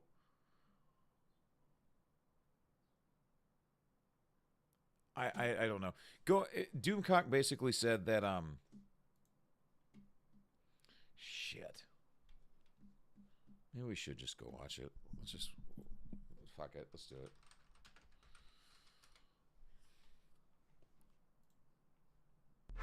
Greetings, my friend. That's enough. Here. Does he have any? No, he doesn't have. Folks, thank you so much. So, how long is this video? It's 15 minutes. We won't go into all of it. But basically, if you want to watch Doomcock's video on Acolyte plot leaks, again, these aren't verified or anything like that. He makes it very clear that there's nothing verified. These are heavy rumors. But basically, they're going to remake like the entire Star Wars universe in Kathleen Kennedy's image. And it's basically going to be a bunch of female witches who create something more powerful than the Force, and they're able to basically just rebuild the entire like Force. And as in Kathleen Kennedy's image. So they're basically just going to give like a big fuck you. And that's pretty much what everyone probably expected. So if you're interested in that, there's that. But again, those are just rumors. What else? We're going to wrap up here pretty quick. What else do we got? Pokimane signed with YouTube. Apparently, and I don't know how people think that Pokimane is interesting or attractive. I don't even think she's attractive. I really do not. I really don't. Where is she? She's not ugly, but she's not hot. I don't get it. And have you heard her talk? I don't even want to click on it.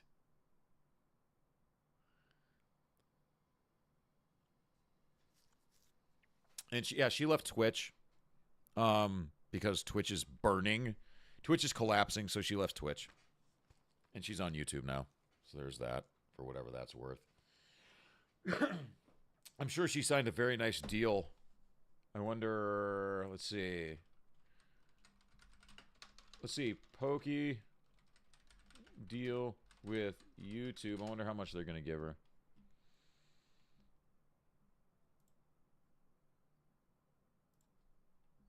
I don't know. I'm sure the deal with I'm sure YouTube was able to compensate her with all of the money they're saving by firing thousands of employees. So I'm sure they had the extra spare change in their couch. But anyway, let's see. We're gonna wrap this up.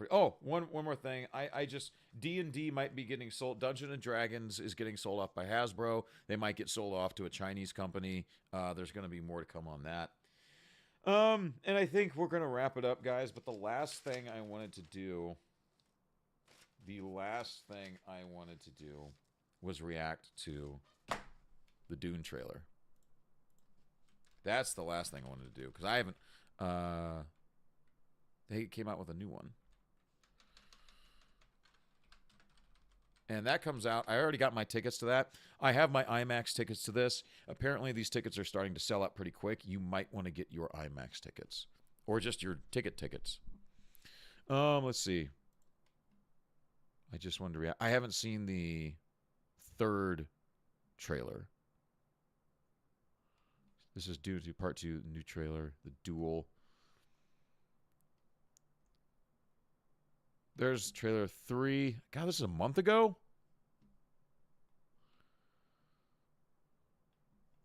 What's the newest one? New trailer, right here. 1 day ago. The outsiders ravage our land. Their cruelty to my people is all I've known. They need the Prophet. Who comes back from the dead? It's okay. I'm here. It's been a while since you've had one of those nightmares. Tell me, what was it about? In the shadows of Arrakis lie many secrets. But the darkest of them all may remain the end of House Atreides. 7 assassins. No, prophets get stronger when they die. Let the conflict turn into war. You then bring peace. Deal with this prophet. May thy knife chip and shatter. Fight! Your father was a weak man. He believed in the rules of the heart. But the heart is not meant to rule. This is a form of power that our world has not yet seen. Holy Mother. Are you prepared? You've been preparing me my whole life. Show me who you are. I must not fear. This prophecy is how they enslave us! It's not a prophecy. It's a story. I don't care what you believe. I believe.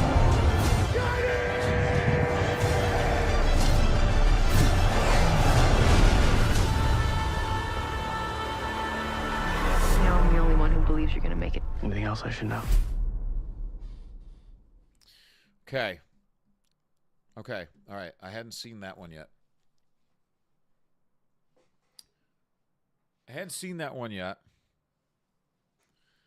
What is it with Florence Pugh? Why do people keep giving Florence Pugh work? I don't understand why she's so popular. She's not ugly, but she's not hot. She's not a bad actress, but she's nothing special. And yet she's in everything. I don't understand. I don't give a fuck about Florence Pugh. Like, what in the world? She's fine. She's fine. She's not special. But anyway, my concern with this is not the direction and it's not the production value or anything like that. It's the writing. The first one was very good. I liked the first one very much. I like those kind of big epics where they use those great big set pieces, practical effects and stuff. I thought it looked great. The first one looked great. So I'm very excited for this. But it's just, where are they going to take the story, right? How are they going to develop the characters? I think the world is going to be fine. I think the production value will be fine. I think the sound and the editing and the directing, I think all of those things will be good. Where do they take these characters? Because I'm going to have to watch the first one again soon. I have to watch the first one again soon. But I'm looking forward to this. Just with a little bit with bated breath. It's like I feel about this kind of like how I feel about Arcane Season 2, because Arcane Season 1 was so fucking good. Dune 1 was not as good as Arcane Season 1. Let's not get that twisted. Arcane Season 1 was great. Great. It's great. But for Arcane Season 2, I'm very concerned. That comes out in November, I think. But I'm very concerned for that because I think all the production will be there and everything. But where do they take the story, right? And we've seen, especially with like streaming services, we've seen what they do. You get a good first season or even a good 2 seasons, and then they just start injecting ideology and messaging in it, and it sucks because they start focusing on that rather than story. The other thing with Arcane Season 2 is... got a beard hair in my mouth. Sorry. The other thing with Arcane Season 2 is how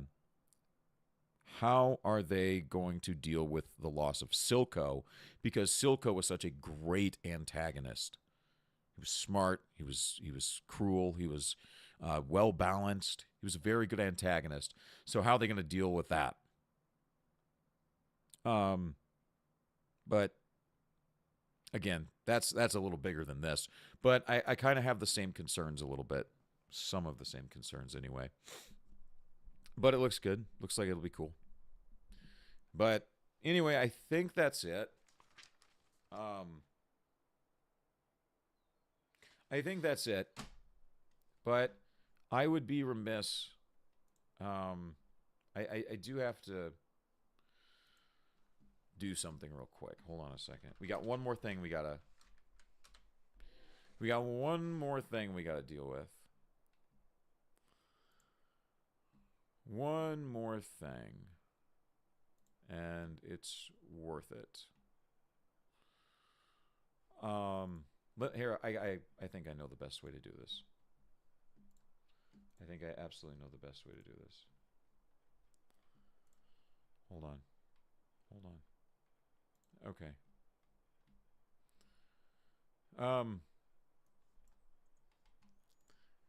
Carl Weathers passed away. Carl Weathers passed away yesterday at the age of 76. And Carl Weathers he's a legend. He's an American treasure. He's a former professional athlete. He played for the Oakland Raiders. I don't know for how long. But then he went into entertainment, went into movies, and people knew him as Dalton from Predator, and Action Jackson from that movie, and Apollo Creed from the Rocky movies, and as Chubbs from Happy Gilmore, and a number of other things.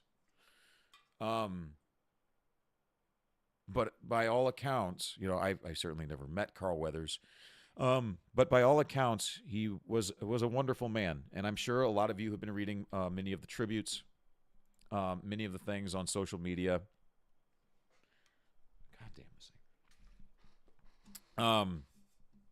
Sylvester Stallone made a short little video. I did watch this. He talked about just how wonderful it was to work with Carl, and there's Arnold's tribute to him on the set of Predator. And everyone's just been saying, of course, how great of a person he is. And the thing is that just watching how Carl handled himself, excuse me, how he presented himself, how he carried himself, just even in movies, you could kind of tell he was just that kind of guy, right? You know, almost like a big fatherly figure for everyone, you know, just like a big, nice father who could back it up with an ass whooping, but didn't have to, because he just had a way about him that, you know, got you to listen and appreciate things.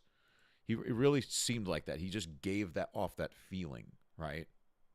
And that's why people were so drawn to him.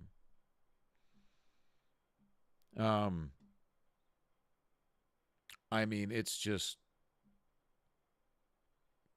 a sad one. That's a sad one. It's a really sad one. And my wife and I, not too long ago, just finished watching all of the Rocky movies. And I'm telling you, Rocky 1 and 2 are so fucking good. Rocky 1 and 2 are just great. They are great. Those movies are great. So, and Predator is perhaps a perfect sci-fi movie. Like, seriously, it is practically a perfect sci-fi movie. You son of a bitch. There it is. There's the meme. There it is. I mean, it's... You son of a bitch. I don't get a copyright strike for that, didn't I? There it is. There's the meme. And there's Carl. Best moments from Happy Gilmore. Oh, he was in Arrested Development. I think he just played himself.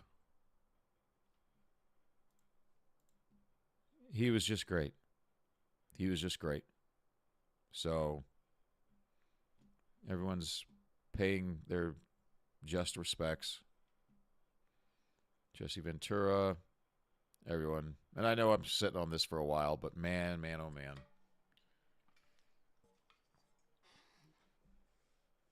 Carl Weathers, we need more people like Carl Weathers.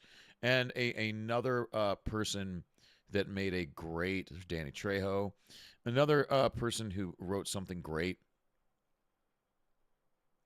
was Gina Carano. So go check out what she wrote on Twitter as well. Here they are. Here's Sylvester Stallone and all right, now here's the Carl Weathers. Corey. I really want to go that's loud. That's loud. That's loud. It's really loud. Okay, so just the combination left, right. I've never seen this. I'm a little hurt. Right. You got me stung with the jabs. Right. Okay? Yeah. I should move a little closer because I want to at least get my hand. Ropes. Right. Yeah. This is cool. These ropes like it's power wire.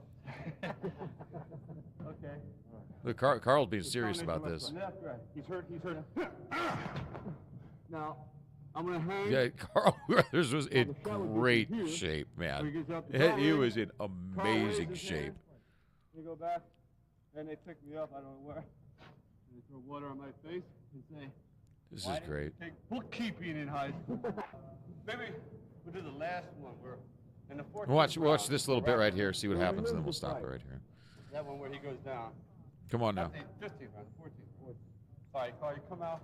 We'll walk it out. He's got me hurt. Bad. He comes in the corner. Give me left, right, left, right, left, right. Just from the boxing. Okay. Now you back off. You back off. All right. Left, right, left. Back off. You got me. You got me hurt. But Yeah, sure. but they made it look really good. Okay, now you got They me really here. did. I'm gonna be going back.